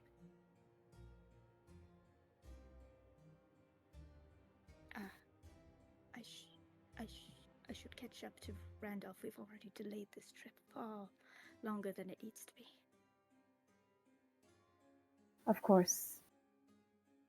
I'll let you go, but stay safe as well. I think Maud would kind of like rest a hand on Iris's shoulder before kind of like pulling back after a few seconds. You as well. Keep your eyes. Keep a lookout. Don't trust the shadows. Of course. I think Maud instinctively turns around to look at her own shadow in that moment, kind of like narrowing her eyes a little bit. You'll be fine. Oh, very strong. Bye.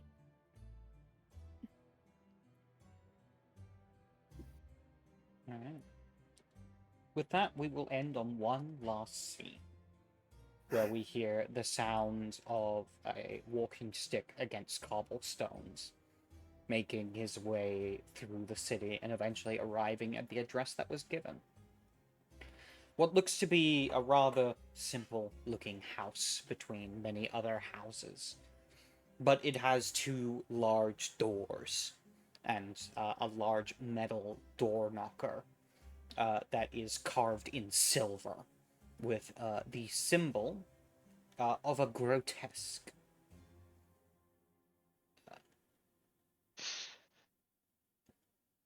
He stated, "Do not knock."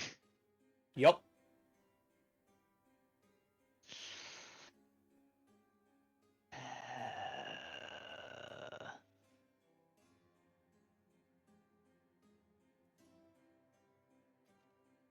Do you say to bring the stuff in or to just drop it off? He said just to go there and say you will wish to return the book. Ah, okay.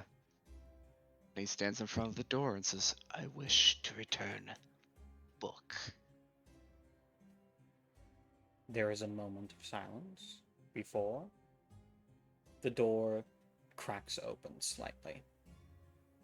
And as you step back, the doors open further as Oswald is standing there, a calm smile on his face. Good to see you have returned it. I hope you had found it enlightening. As he holds out his hand. You did good work. Thank you for sharing it. Might be able to figure this out. He hands it back. That is the hope. He takes it.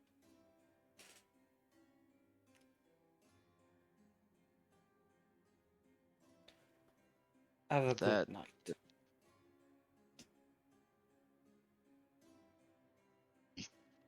offers just a nod or turning, walking away. You do manage to watch out the corner of your eye as he turns around, steps back into the place, and does a slight gesture with his hand as the doors close.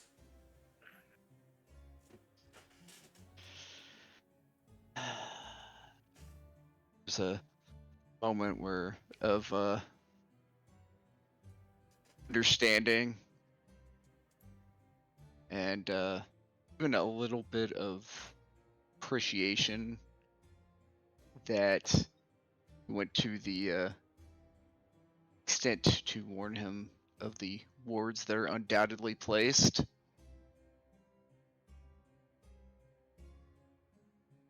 Back over his shoulder at the door knocker, wondering what lesson would have been learned.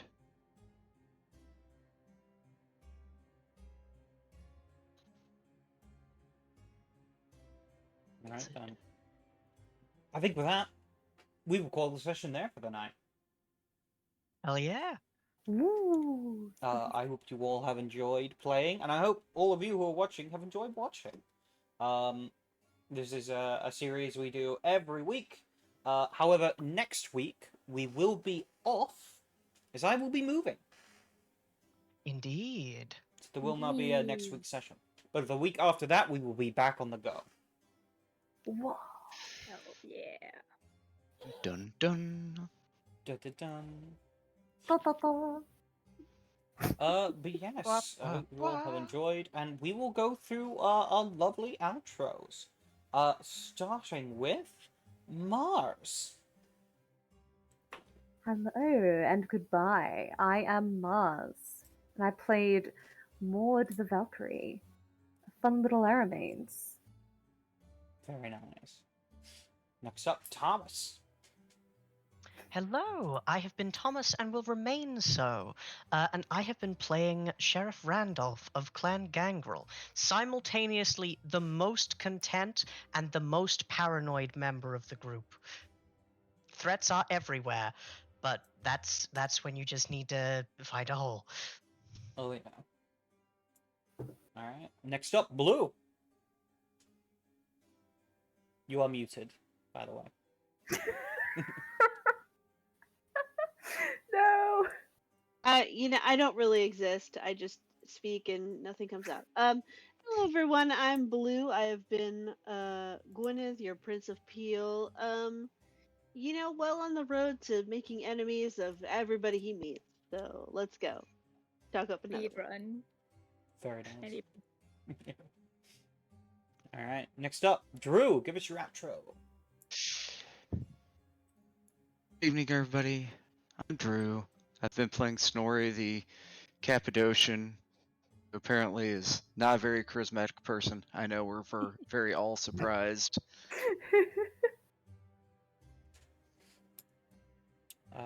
And last but certainly not least, Rebecca, give us your goodbyes. So ominous. Farewell. I am Rebecca, and I have been playing Keeper Sister Iris. And I want a blood divorce. I want a blood divorce so bad. Yep. And I have been Mark, aka the CatsMeow, your storyteller for tonight's events. I hope you've enjoyed our 17th episode of Isle of the Damned. If you do like it, and you're watching on the Twitch, please follow.